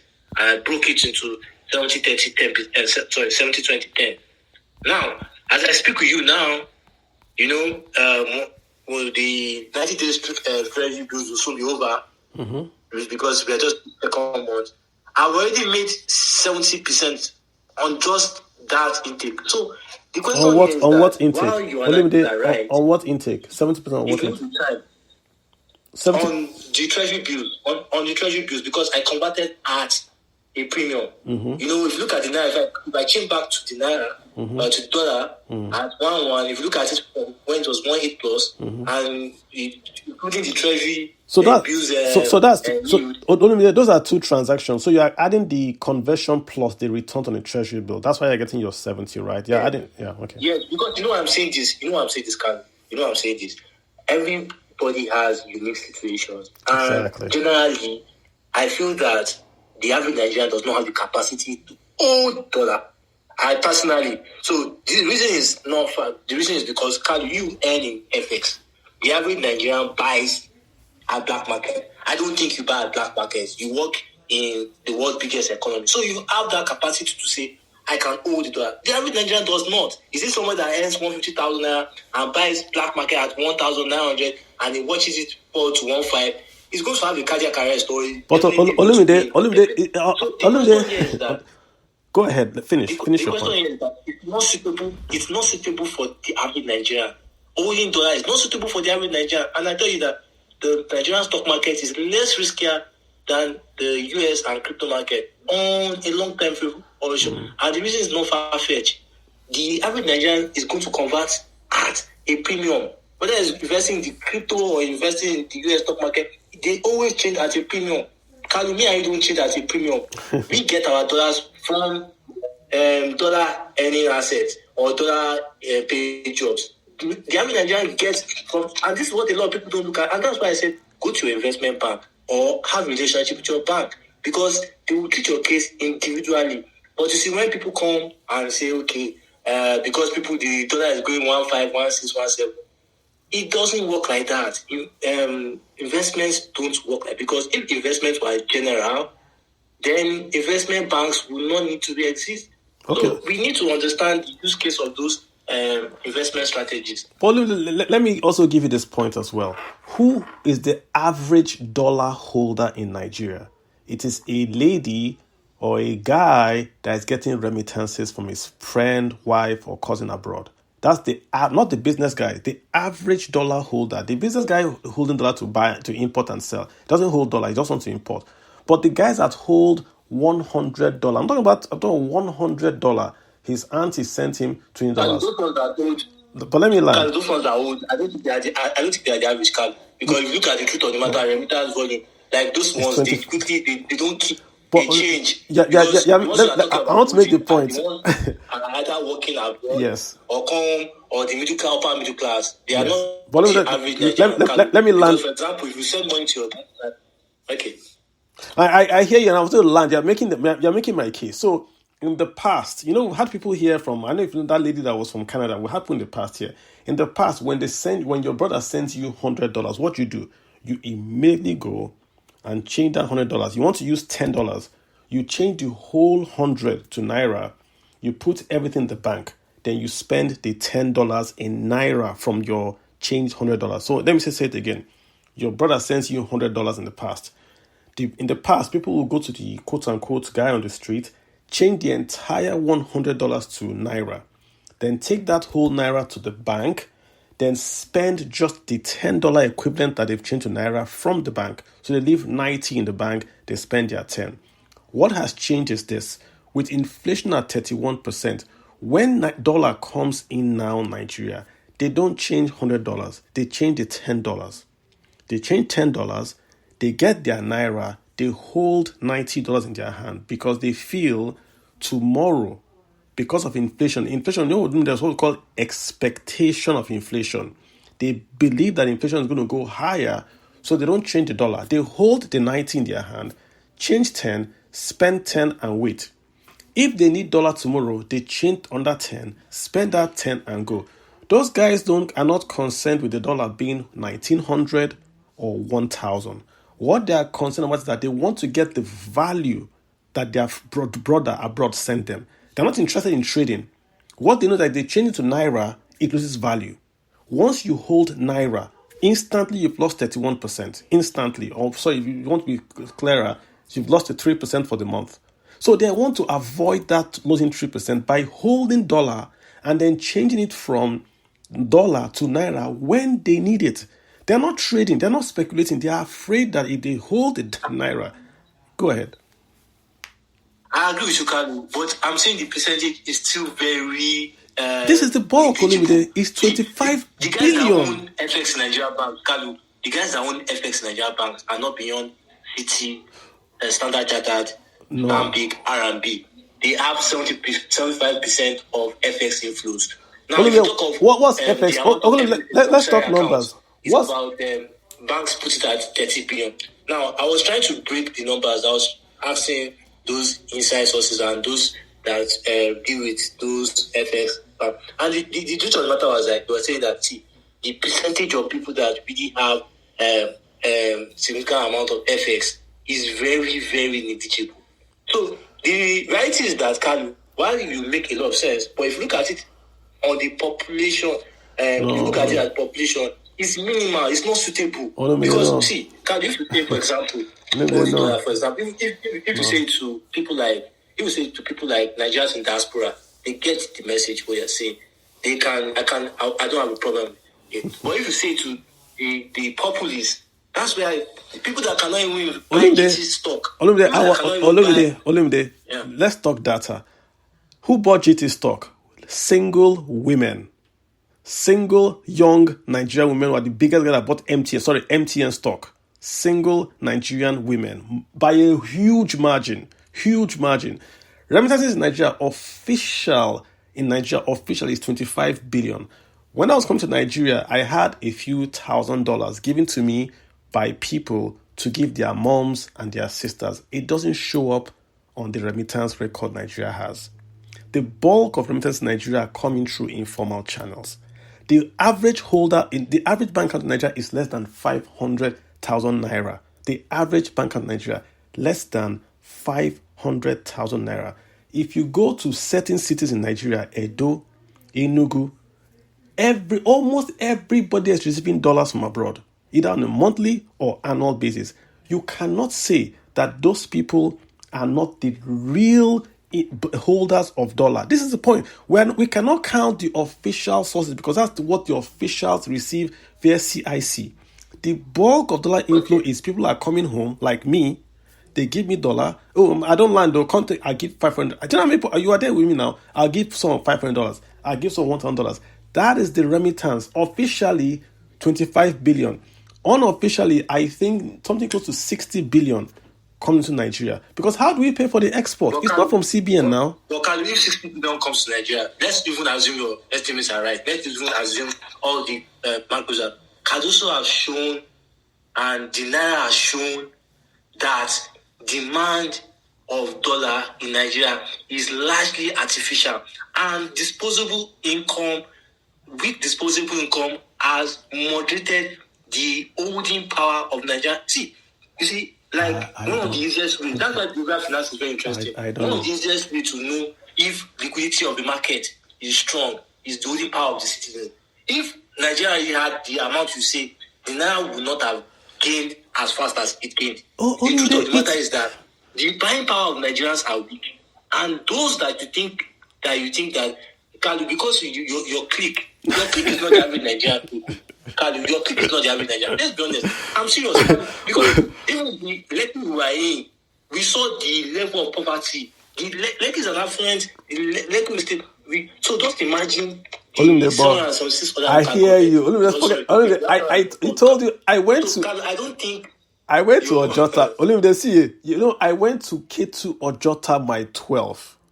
I went to the. I saw my videos. When I went to interview, I went to the marketplace. I interviewed butchers. I have the video. Because people would doubt me, I took the video. Listen, do you know how many Nigerian families are surviving on someone sending them $100 a month from abroad? From Canada, from China, from Ivory Coast. Do you know how many Nigerian families survive on $100 a month? Their sister sends them home.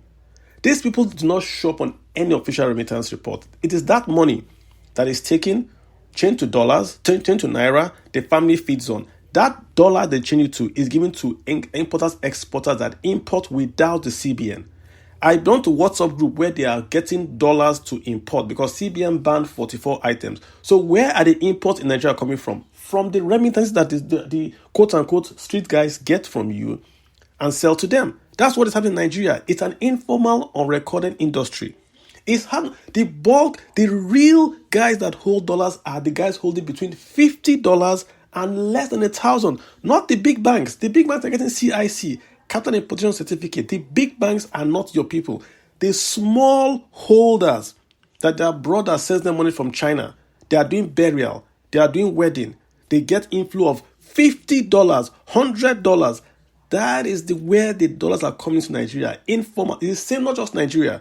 Go to India, go to Pakistan, go to Mexico. It is the same thing. Informal dollar flows. It's not the investment banking flows. The informal dollar flows is what is keeping the economy up. All Mr. Cardoso has shown, you said the amount is artificial. Rice is coming in. It's not recorded. If you look at the official record of Nigerian rice importation, we don't import rice in Nigeria because we don't fund rice import in Nigeria under Emefiele. It was not funded. So Emefiele then says we have zero rice importation. But Benin Republic is importing more rice than Africa alone. So where is the rice in Benin Republic going to? Nigeria. So you have to look at the data and connect the dots outside the data. If Benin Republic is importing the same amount of rice Nigeria eats, and Nigeria has zero imports, you should know that the rice in Benin Republic is for Nigeria. So we can't look at data. I've given you, you know now, when you are coming home, I don't know whether you people will give you money. Oh, I beg. I was someone giving people naira. They will give you dollar. Oh, give you naira. That is how dollars enter Nigeria in any society. In America, Mexicans they go to restaurants in Mexico. Restaurants. In America, they will pay the restaurant guy. The guy will send money to their friend in Mexico. That's how it's done, not through the banks. I went to Nigerian market. They don't use banks in Nigerian markets. They don't use banks. They use Ajo day to day. Yeah, so let's leave that official flow. But where I have the problem is that Sorry, guys, I'm going to let you guys speak. Sorry. The impact of the informal side. Okay, I look hear at you. the crypto market, for example. Binance says that Nigeria is not a big market, that the total trading volume is just 0.1%. The whole Nigeria, 0.1%. I think it's Binance. That's Binance. Now, look at Nigeria now. Even with the 200 million population, and with about 2 million Nigerians are in diaspora, we cannot even surpass Egypt on remittance volume. Let us look at that. Okay, now let us rely on informal. Now, the reality is that the level of income and the prevailing issues happening around the world has shown that remittance have dropped across boards significantly. So the question here is that, while I agree with you that informal channels play a huge role, I think the impact is over-amplified, because the reality is that how many Nigerians can even open a domiciliary account? Because you need, at least some banks will pay $100. And there are sometimes I go to some banks when I was in the country, they will tell me that 5, 10, they are not receiving it. Nigerian banks don't receive $10 notes. Nigerian banks don't receive some denominated notes. Some dollar denominated notes. It's open secret. So if dollar transactions are as liquid as a lot of people think they are, I don't think banks will be very selective. So it falls back to the fact that those that really control our market, the FX market, are the big boys. And that's why I say that dollar investments are not stable for the average Nigerian. That's my own argument, Cam. I respect what you are saying. No, I hear you. Let's not hog the mic. Let's get Mr. Temi Oluwa Shubol. Temi is one of our sponsors for the spaces. So when you guys listen to the spaces, please remember that if you guys are sponsoring us in terms of the research and all that. So, Mr. Temi, before you speak, just also introduce your company real quick and just go ahead and ask your question, yeah? Yeah, thank you very much, sir. And thank you for tonight. It's been, in fact, I respect the two of you basically because your different views does not mean you people don't agree. And for me, that's very key. Well, I'm from Market Intelligence Authority. You provide insights on the stock market in Nigeria. Most people around the world, investors, pay Bloomberg $3,000, Refinitiv about $25,000 to get insights into the market. But we try to provide it the same level of insights to our retail investors in Nigeria at 10,000, 20,000 naira per annum, so that everybody has an access to the insights in the market. That's what we're trying to do. So I'll share some insights here tonight. But I will go back to what you people said about, I don't just want to talk about data, but about what you've been speaking about. I'll just take 3 key things and move on with data. I'm not an expert like Carlo and... Olimide is the expert. Yeah. because when they start talking about bonds and things, there are lots of things, lots of moving parts. But when they spoke about people should show workings, and I'll speak here on things, the word show workings. We need to understand something as a country, that perception is reality.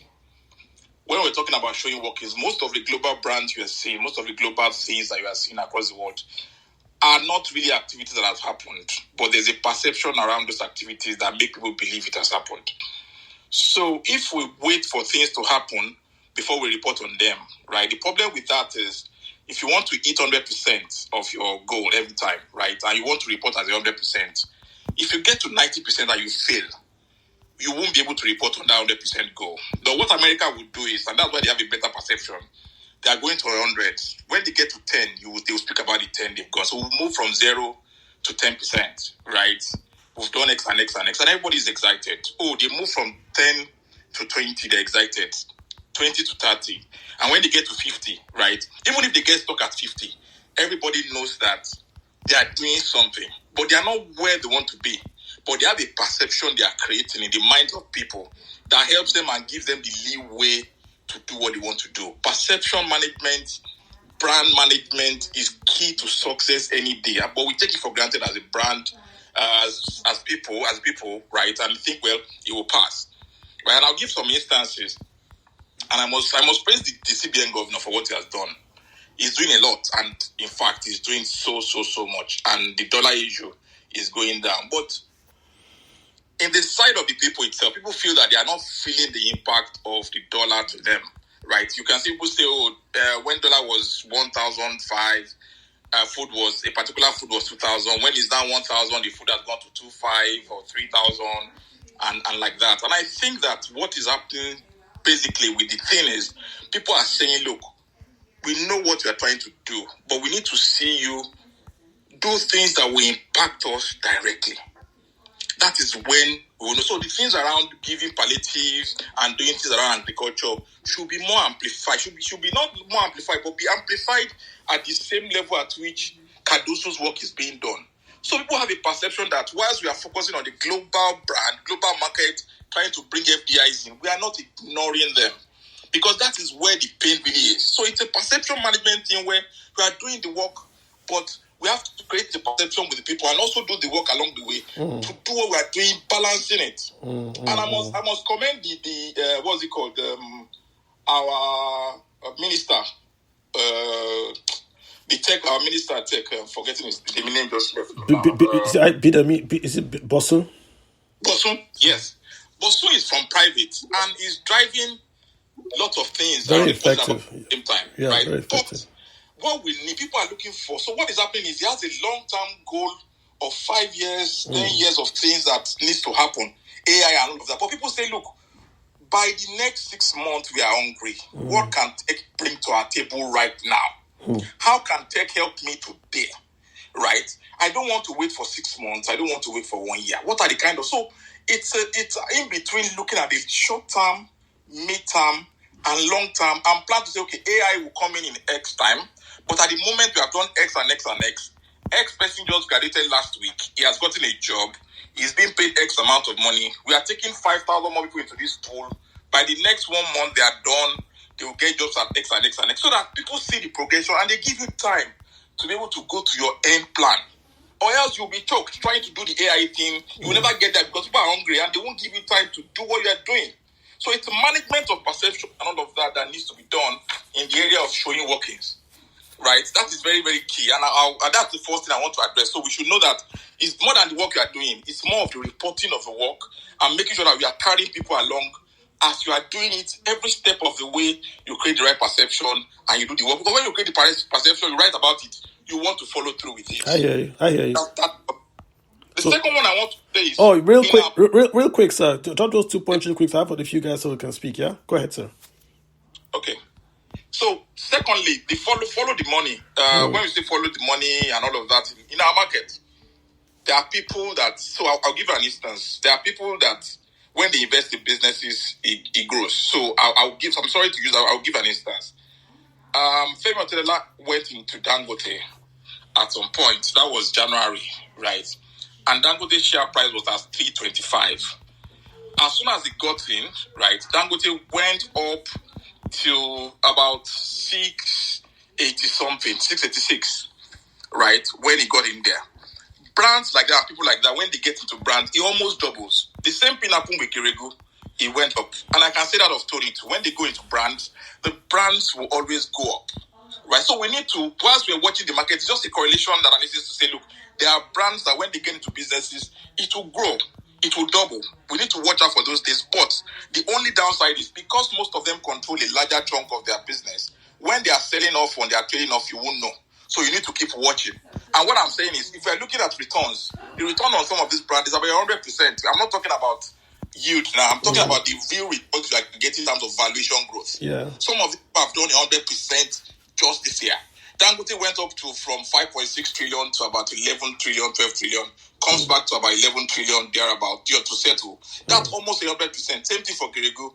Transcorp was listed at 1 point something, I went to 2 point something, but didn't come back. So, whilst we are watching, we need to watch the portfolio of certain people strategically and see how we can plug in when they are going in, because the PE ratio, the problem is, as soon as they get to the peak, the PE ratio becomes very high. Some of their PE ratios are at 25 when they get to that peak. We have to really watch those things. So that's why we need data for decision making. So when they start selling off gradually, you know when it's dropping and you get out. Then finally, dollar volatility. We need to get to a point to know what our volatility is in terms of dollar naira, right? And I will tell you that we need to find a way to know what our circle is as a country, right? And say, okay, so every 4 years, we will lose value by X percentage. Every 8 years, we lose value by X percentage. If we lose more than that, like we are now, it's just It's not a normal circle. It's an outlier that we need to know. Okay, this is just an outlier out of a circle. So that when we are making plans and investors are coming in, they have the confidence to say, look, no matter what happens to these people, it won't go lower than 10%, except something out of the ordinary happens. Do you understand? So that's why I just want to bring out to say, look, we need to look at things from the point of data for decision making. I know all those bonds, FDIs make a good, are very important. But what is most important is data itself can help you tell the future by using time series, machine learning, and things like that, without even looking at other things, FDIs and co. Because those things are ingrained inside the data itself, and the result is given. So historical data can help and things like that. So I'm just bringing this so that everybody knows exactly how our market works. Our market works by people. Unfortunately, is what people want, right? People that go in, help the market to grow. But there are some small brands, and I did some brands here that have low P ratios. Brands like CWG, for example, their P ratio is less than 1. Charms is 1, whilst Transcorp is 23, Boa 14, Geregu is 24. So it's just for us to look at some brands are in the market that we need to research and see when they are low, so that we can take advantage of it when they are going up. That's my take. Thank you very much for the time, sir. Appreciate that in-depth discourse. Olumide, someone shared me a DM. I've shared it on the space. The guy is talking about remittances. Very, very interesting. I'll try to share the link as well, but very interesting. He's saying that the Minister of Interior was saying Nigerians sent money to Nigeria, but 90% of the funds did not come to Nigeria. In effect, you send dollars, but they get naira, not the dollars. Very, very interesting. Thanks for sending that to me. Let me get, oh my God, Cassie, thanks for hanging in there with us, right? Got Cassie and Zechu. Cassie, please go ahead. I don't know if you can speak now. Sorry, me Unlimited got carried away. Cassie, you got the floor. Cassie going once, Cassie going twice. Cassie, while I get your micro, let me get Eze Chikwelu. Eze, please go ahead while Cassie's getting ready. Yeah, thank you very much. Olumide, hi, how are you? So, Olumide, I actually requested for this mic because I've listened to you for weeks now, and I think this is an opportunity for me to come in and talk about your frustration that you talk about, people talking about negative things rather than positive things. And also, you also said yesterday in your space that it seems that people talk to you and say as if you work for CBN. And I'll tell you why. You want to change people's perception, mind, but you need to change their emotions, which is their stomach. Why did I say that? It's difficult for you to do what you're doing, and at times we struggle to follow you. Me and my friends are out here, right? So the government came in and removed fuel subsidy, and said that naira will be floated, right? We are import-dependent economy, right? The affected food prices, transportation, right? Every other thing went up, but income, like people in Nigeria, income stays the same, minimum wage stays the same, right? People started talking. Now, the fear now is, even when we push money back, right, how do our people survive, right? Everybody started being scared, right? So people now started talking about dollar because other people started telling them the only way to protect your naira, because naira is flying off, is to go back into dollar and change gradually. This was on the streets everywhere in Nigeria, right? So pressure came to dollar, right? Now, you want people to change. In fact, in all your spaces, you almost be more like a crusader now. You are out here almost screaming, everybody listen to Cardoso, listen to CBN, change, and change. But it is difficult for people to buy that, right? Because in the real sense, in the market where they buy stuff, it has not changed. Things have not changed. That's what I want you to look at, Olumide, please, because it can be very painful, you and your team. I'm going to say this, and I'm very sorry for saying it. It seems you have this team, you, Daniel, and Orekilewa. And once you come in, they come in to back you up. And when people ask you questions, it's as if everybody they just come and start the person immediately. So people just back up and just listen to you, right? The bottom line is, I don't think Nigerians care about what Cardoso does or what Cardoso does not do. Nigerians just want to buy food cheap. Nigerians just want to earn their 30,000 minimum wage and be able to afford food when they go to market. Get on the buses from Lagos, from Oshodi to Apapa, from MNA to New Haven. at the rate at which they are getting it before, right? So when you share your frustration and you say you want people to change, you want people to look at positive stuff, those positive stuff you're counting at those things. Okay. The ordinary Nigerian on the street don't really bother about it. Is it? Now, this is my to come to my question. I just want to put this to Olumide. Yeah, real quick. Olumide, Carlo, please, I'm going to put my question across now. Olumide, you have become an institution, just like Carlo, and people listen to you. Don't dilute your brand, please. Come to the middle. You are moving towards the right so much now. Please, we need you in the middle. Please. Except you are on the part of CBN, you and your okay. Is it? Let him answer. My question is the CBN defending the Naira? That's my question. I think that's the question, and this question is on the mind of a whole lot of people. All right, let him answer. That's what I want to answer. Thank you. Can I speak? Yeah, sure. You are in and out, so I just made sure I made you. Yeah, go ahead. Yeah, thanks. I think the platform was buggy. So first of all, I appreciate your comments. And the reality is that I'm not a CBN official. In fact, Carlos is aware, most of my income doesn't even come from Nigeria. But I'm truly Nigerian, and I definitely have exposure in Nigerian market. And I'm also a writer, and I work with different platforms propagating Nigerian capital markets. You see, the reality is that if you've been following me, you see that there are times that when I have worries about our market, I try to send those messages, but it gets to the other side. And when I see the performance in the market, I try to push it up. So, for example, just like what Carlo has stated, the CBN has shown that the true intention of keeping the market integral has been working, and we can't say otherwise. There was a point the FX market was more volatile than Bitcoin, and it kept a lot of people shaky. The confidence of the Naira was at a record low. Now all those things change.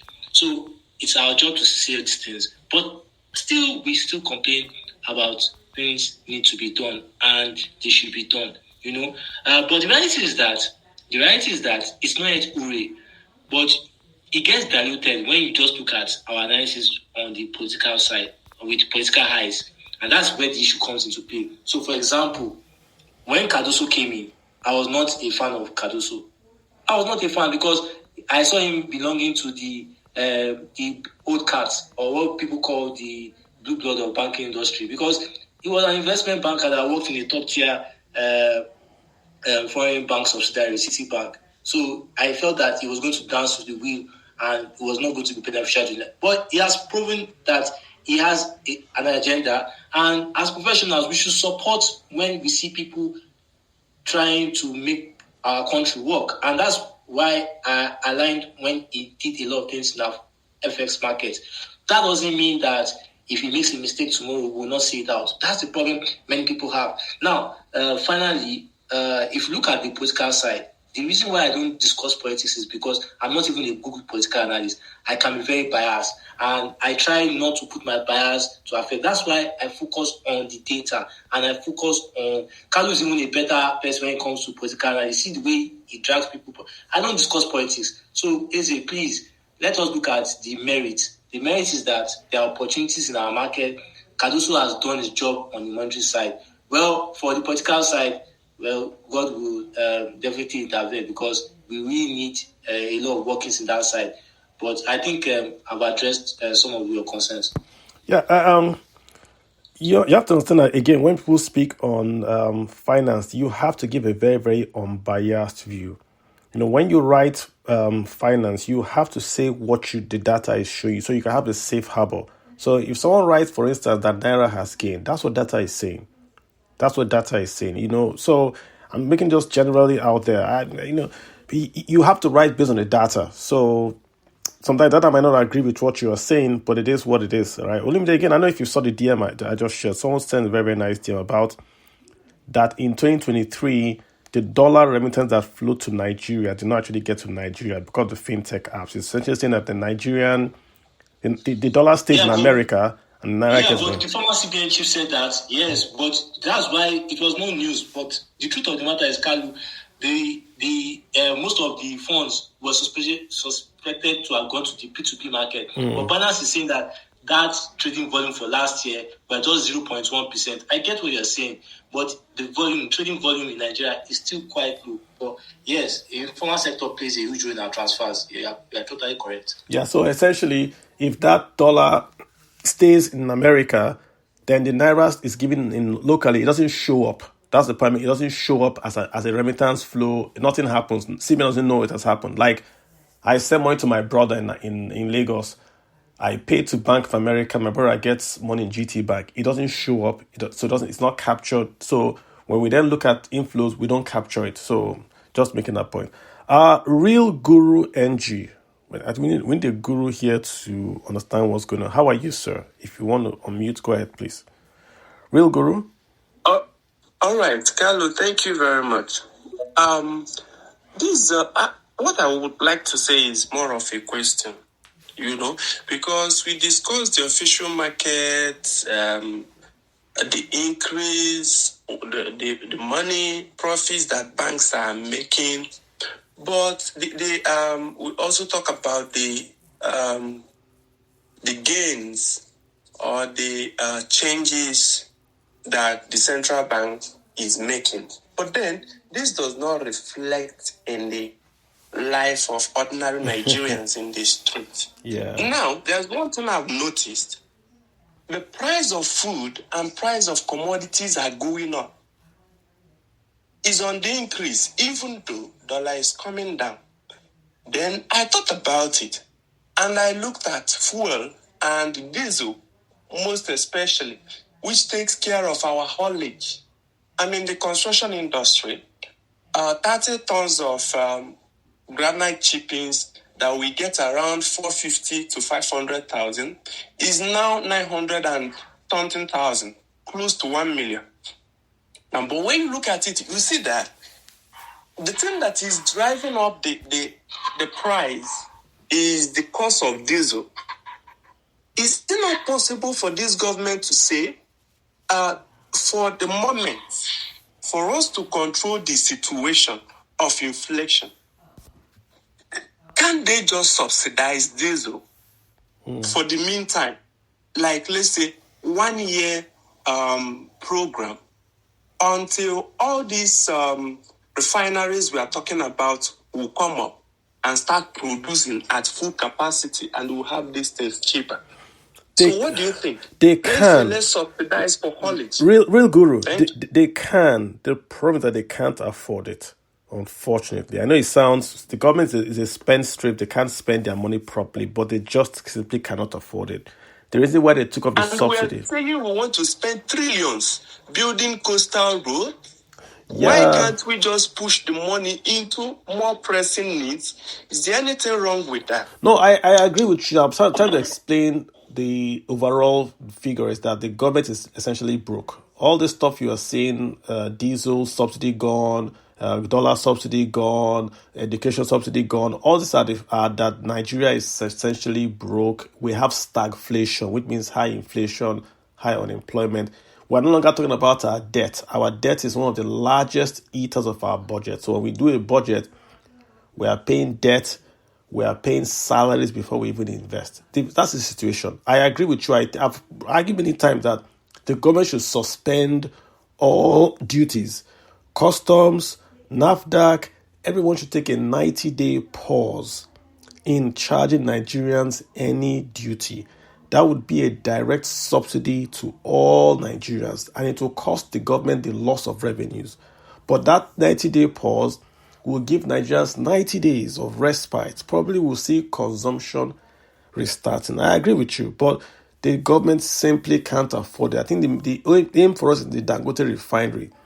If the refinery is up and they can sell their prices of their diesel cheaper than imports, that could be a subsidy in quote to the economy. So the real hope is a Dangote refinery. So we have to be honest with you, because diesel is the key driver after food. If we fix diesel and food, inflation falls to single digit. So that's just your answer. Yeah, more or less. Okay, last question. Sorry, let me.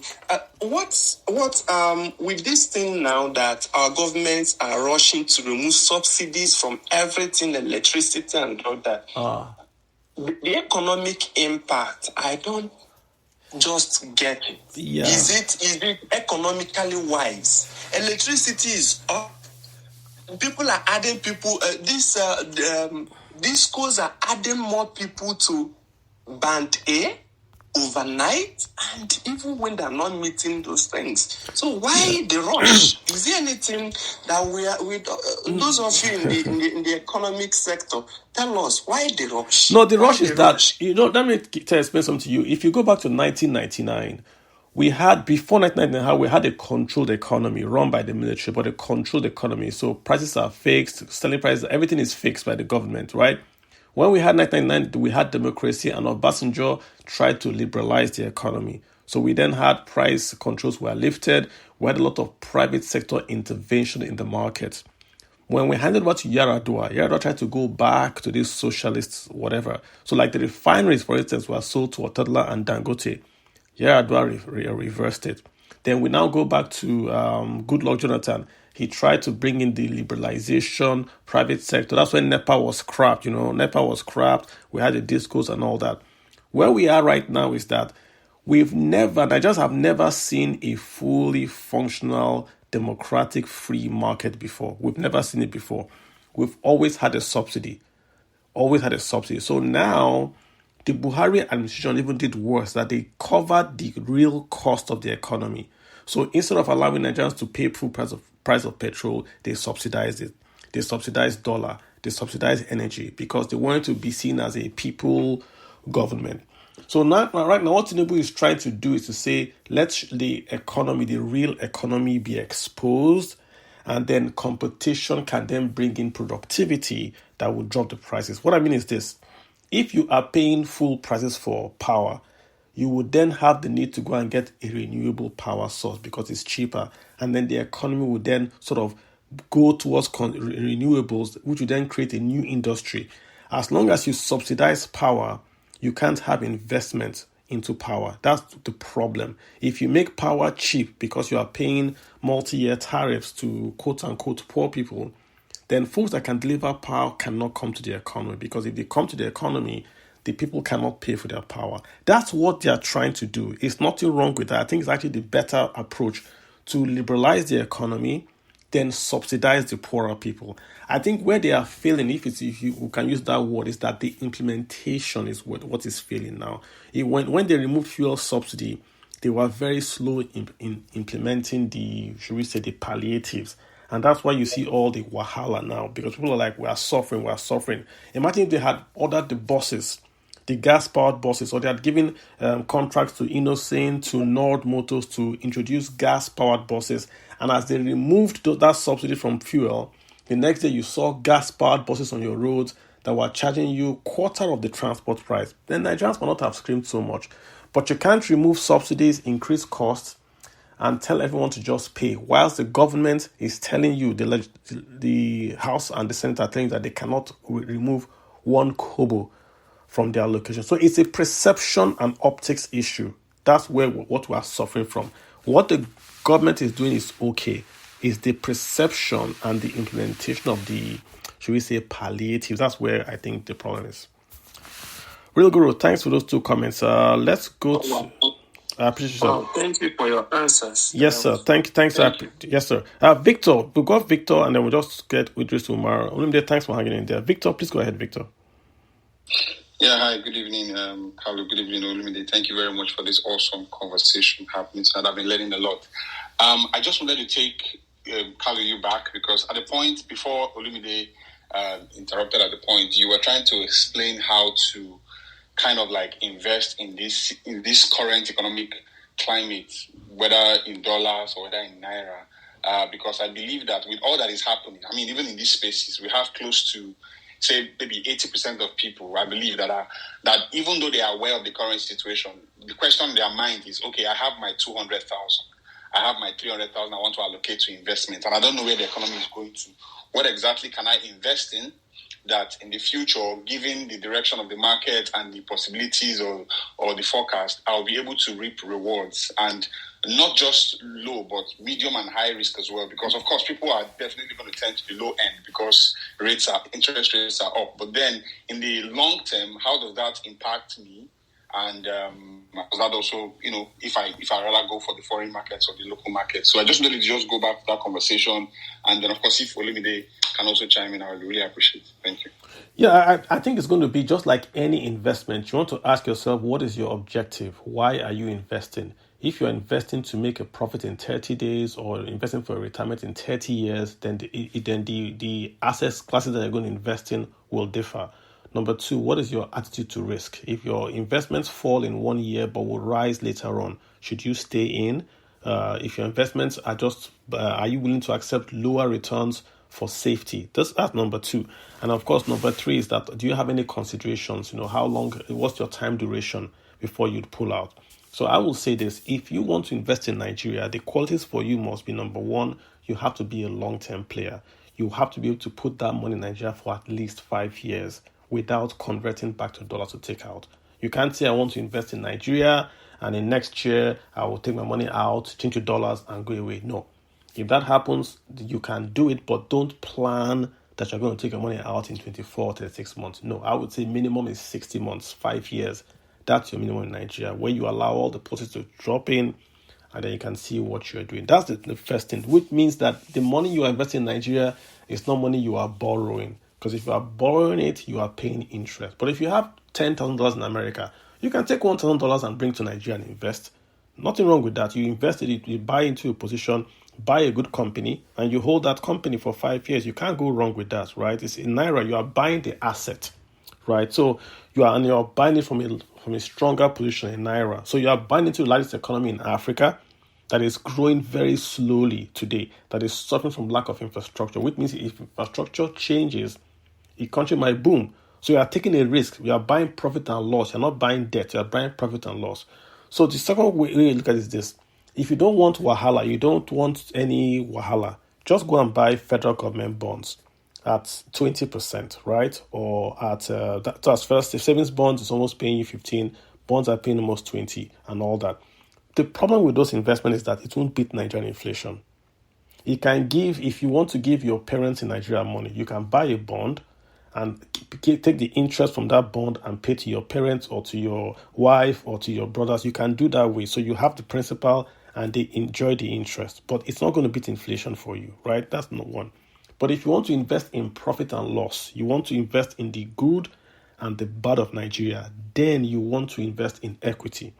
So you say, I'm going to invest in this Nigerian company or the top 5 or the banks, and I want to invest in the profit and loss of them. That's your call. You have to choose and invest. But don't keep money, physical raw dollar cash, in your DOM account because it's not paying you any returns. If it's paying you returns, that's fine.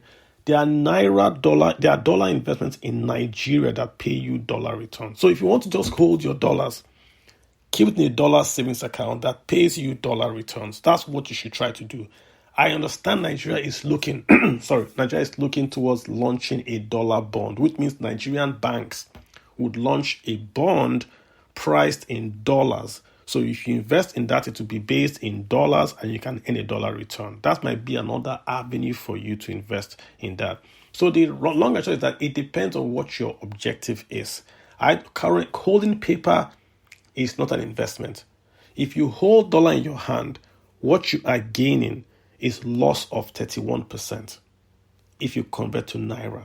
But you're not making any returns on that paper you are holding in your hand. Holding your dollars is for people that want to spend the dollar but do not want to convert to Naira. If you're an investor, you have more options. You can actually buy, if you go to the US, it's 4%. If you come to Nigeria, it's 20%. But it's 20% with 31% inflation and it's 4% with 3% inflation. So you've got to choose where you want to be. So again, I think I am bullish on Nigeria that in 24 to 36 months, the economy seems to be at a discount today. If I am not borrowing money and I can get access to dollar, you can invest in Nigeria. Buy an asset, something that you've bought something. If it pays you returns, good. But buy an asset that you know you're buying this asset and the price you bought it as almost as a discount when you convert it to a dollar. That's how I look at it. I don't know if Olumide has anything to add to that. Olumide, do you have anything to add to that? I think you said most of it, but just to add on, I think you also need to look at yourself and look at the advantage you have. Like I used to say that charity begins at home. So first look at your skills, look at the things you need, because most people that really want to invest in Nigeria are young people. So the advantage is there, the time to cover is there. So start with little. Now, the story about Nigerian stocks being horrible. Nigerian stocks will teach you how stocks behave. You understand how investment classes, the problems, the economy. It will give you value in your intellectual capacity to be able to predict other markets. Because if you can understand how Nigerian banks work, you'll be able to analyze US banks and European banks. Also, you'll be able to build and scale organically. You see, the Bible says that quick risk gain disappears faster. So the ability to build consistently and contentment. So for me, I'll say that as a Nigerian, there's hardly any, whether I'm any in different currencies, I still have exposure in all aspects of the Nigerian economy. And that's because I've learned from the successful Nigerians, from those around me and those that have failed. The successful Nigerians have shown me that, yes, Nigeria has issues, but you can position your wealth in investments that would outperform inflation and devaluation of Naira. Look at Jimovia, for example. Jimovia schooled in the United States, he came back home, yes, opportunity, created a bank.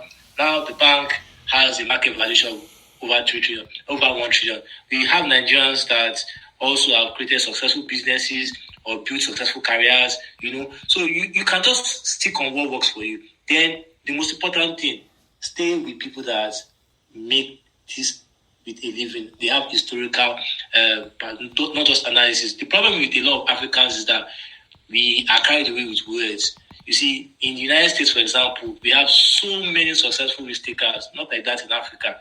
So the few successful ones in Africa, it's better you stick with them. And that's why I used to recommend build a personal relationship with an investment bank or those all the products Carlos said. You see, the interesting thing is that those bankers will tell you beforehand that, something's coming up, provision of capital, do this and do that. You cannot have it all. So if you don't have that relationship, I'm sorry, the odds are against you.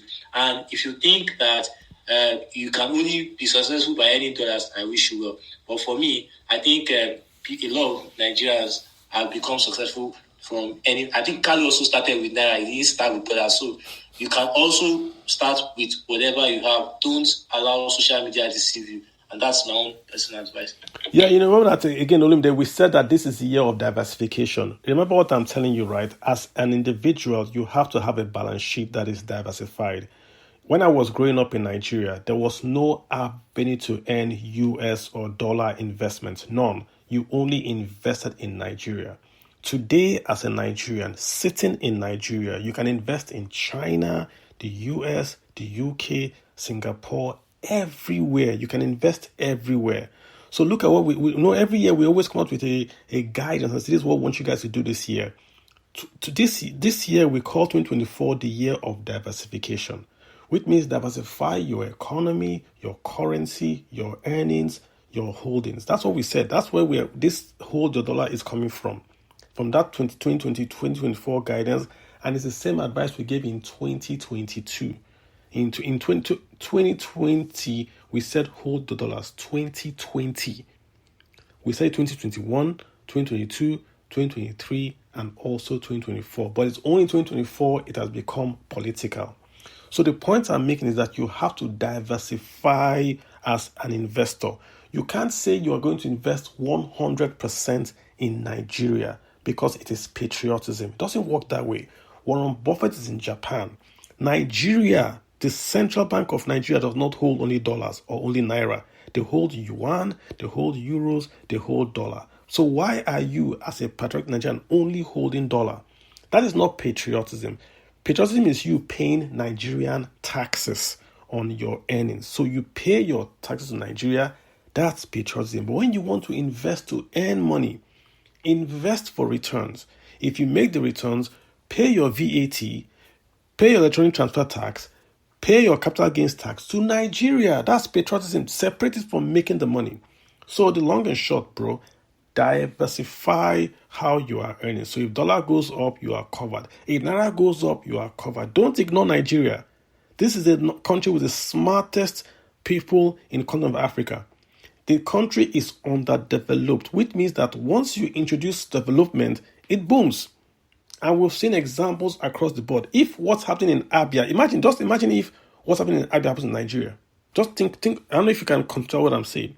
If suddenly someone starts to come and start to just build infrastructure everywhere, the country's GDP double. Imagine if Nigeria gets not 24 power, just 20 hours power supply. Imagine if Nigerians get 20 hours power supply guaranteed in the major industrial areas. If that gas pipeline from Ajaokuta, from Delta, gets to the north and powers Kano and Kaduna, so the textile mills in Kano and Kaduna come back. Imagine what that does to the economy of Kano and Kaduna.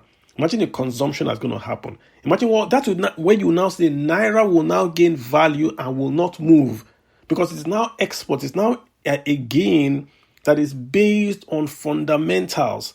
So Kano will start to do hides and skin, start to do textiles, start to do all these industries. Right now in Nigeria, consumption is zero. Olumide, I was going to ask you that question about Nigerian brewery shutting down two plants in Nigeria. Consumption as at 2020 was zero. So when you ask, dollar is going up or going down, but food prices are not going up, Nigerians are not spending anything. They're only eating and that's it. No one has money. So if dollar gets to 500 naira to $1, does it increase the earnings of the average Nigerian to allow him to spend? That's the question. When you look at COVID, they gave Americans money to go and spend because consumer spending is almost 60% of the US GDP. Same in Nigeria, consumer spending is almost 60% of our GDP, but the government didn't give you guys money to spend. You've gone through COVID, your income is still 30,000 naira a month. That's your minimum wage in Nigeria. It's still 30,000 naira. How do you survive a family of four spending 30,000 naira a month? That's why the dollar rise and fall is not showing up in the average livelihood of Nigerians because you're not consuming. You are surviving. And you've got to take the economy from a survival mode to a consumption mode. Consumption is good. That's what drives the economy. The problem is that you are importing your consumption and not producing your consumption locally. How can imported rice be cheaper than locally grown rice? That's the question. You've got to ask those questions. And when you ask those questions, the response is not to abuse. The question should be say, wow, this will have to go and solve the problem. How can I go from Kebbi to Lagos and pay almost 20 police checkpoints in your country? You go from the border in Badagry to Oshodi. You are paying nearly 50 checkpoints. Then how can food be cheap? Can we not stop those checkpoints in one day? We can. So why are we not doing it? A journalist in Nigeria has published a report that Nigerian customs are allowing smuggling to happen unabated. Nothing has happened. Nothing. And we're here complaining about dollar when goods are flowing across the border without paying duty, across the border freely. It is what it is, man. Olumide, you had something to say real quick? Let's get Ernest. Ernest, hi. Victor, thanks for your question. Ernest, we got you in here. Guys, we're going to run on about 15 minutes so I can let Olumide go. Thanks for being here, Olumide. So let's get Ernest, Toby, and then we'll sort of start to wind it down. Ernest, you got the floor. Hope you can hear me. Toby Michaels. Can you guys hear me? Olumide, please confirm you can hear me. I think I'm not sure if you guys can hear me.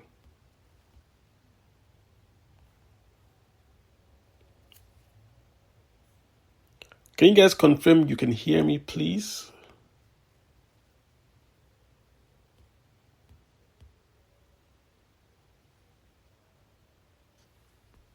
All right, I think we have technical issues. We might have to call it a day. I apologize. but it seems like we are off now. Let me see. Yeah, I'm so sorry, guys. I think we'll have to just call the space to a close. I think it's all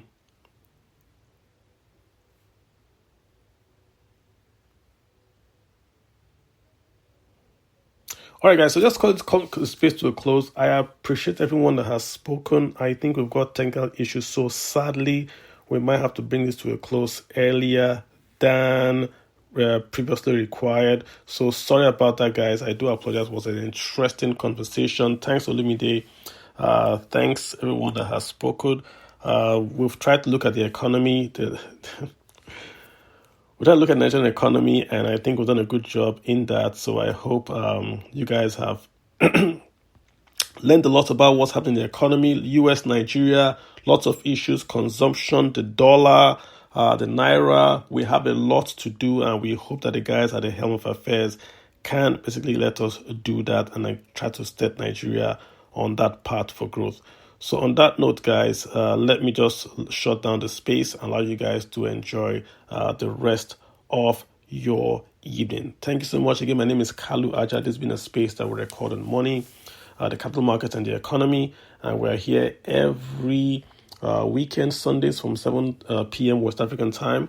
I hope to see you guys here next time. Thank you so much, and bye.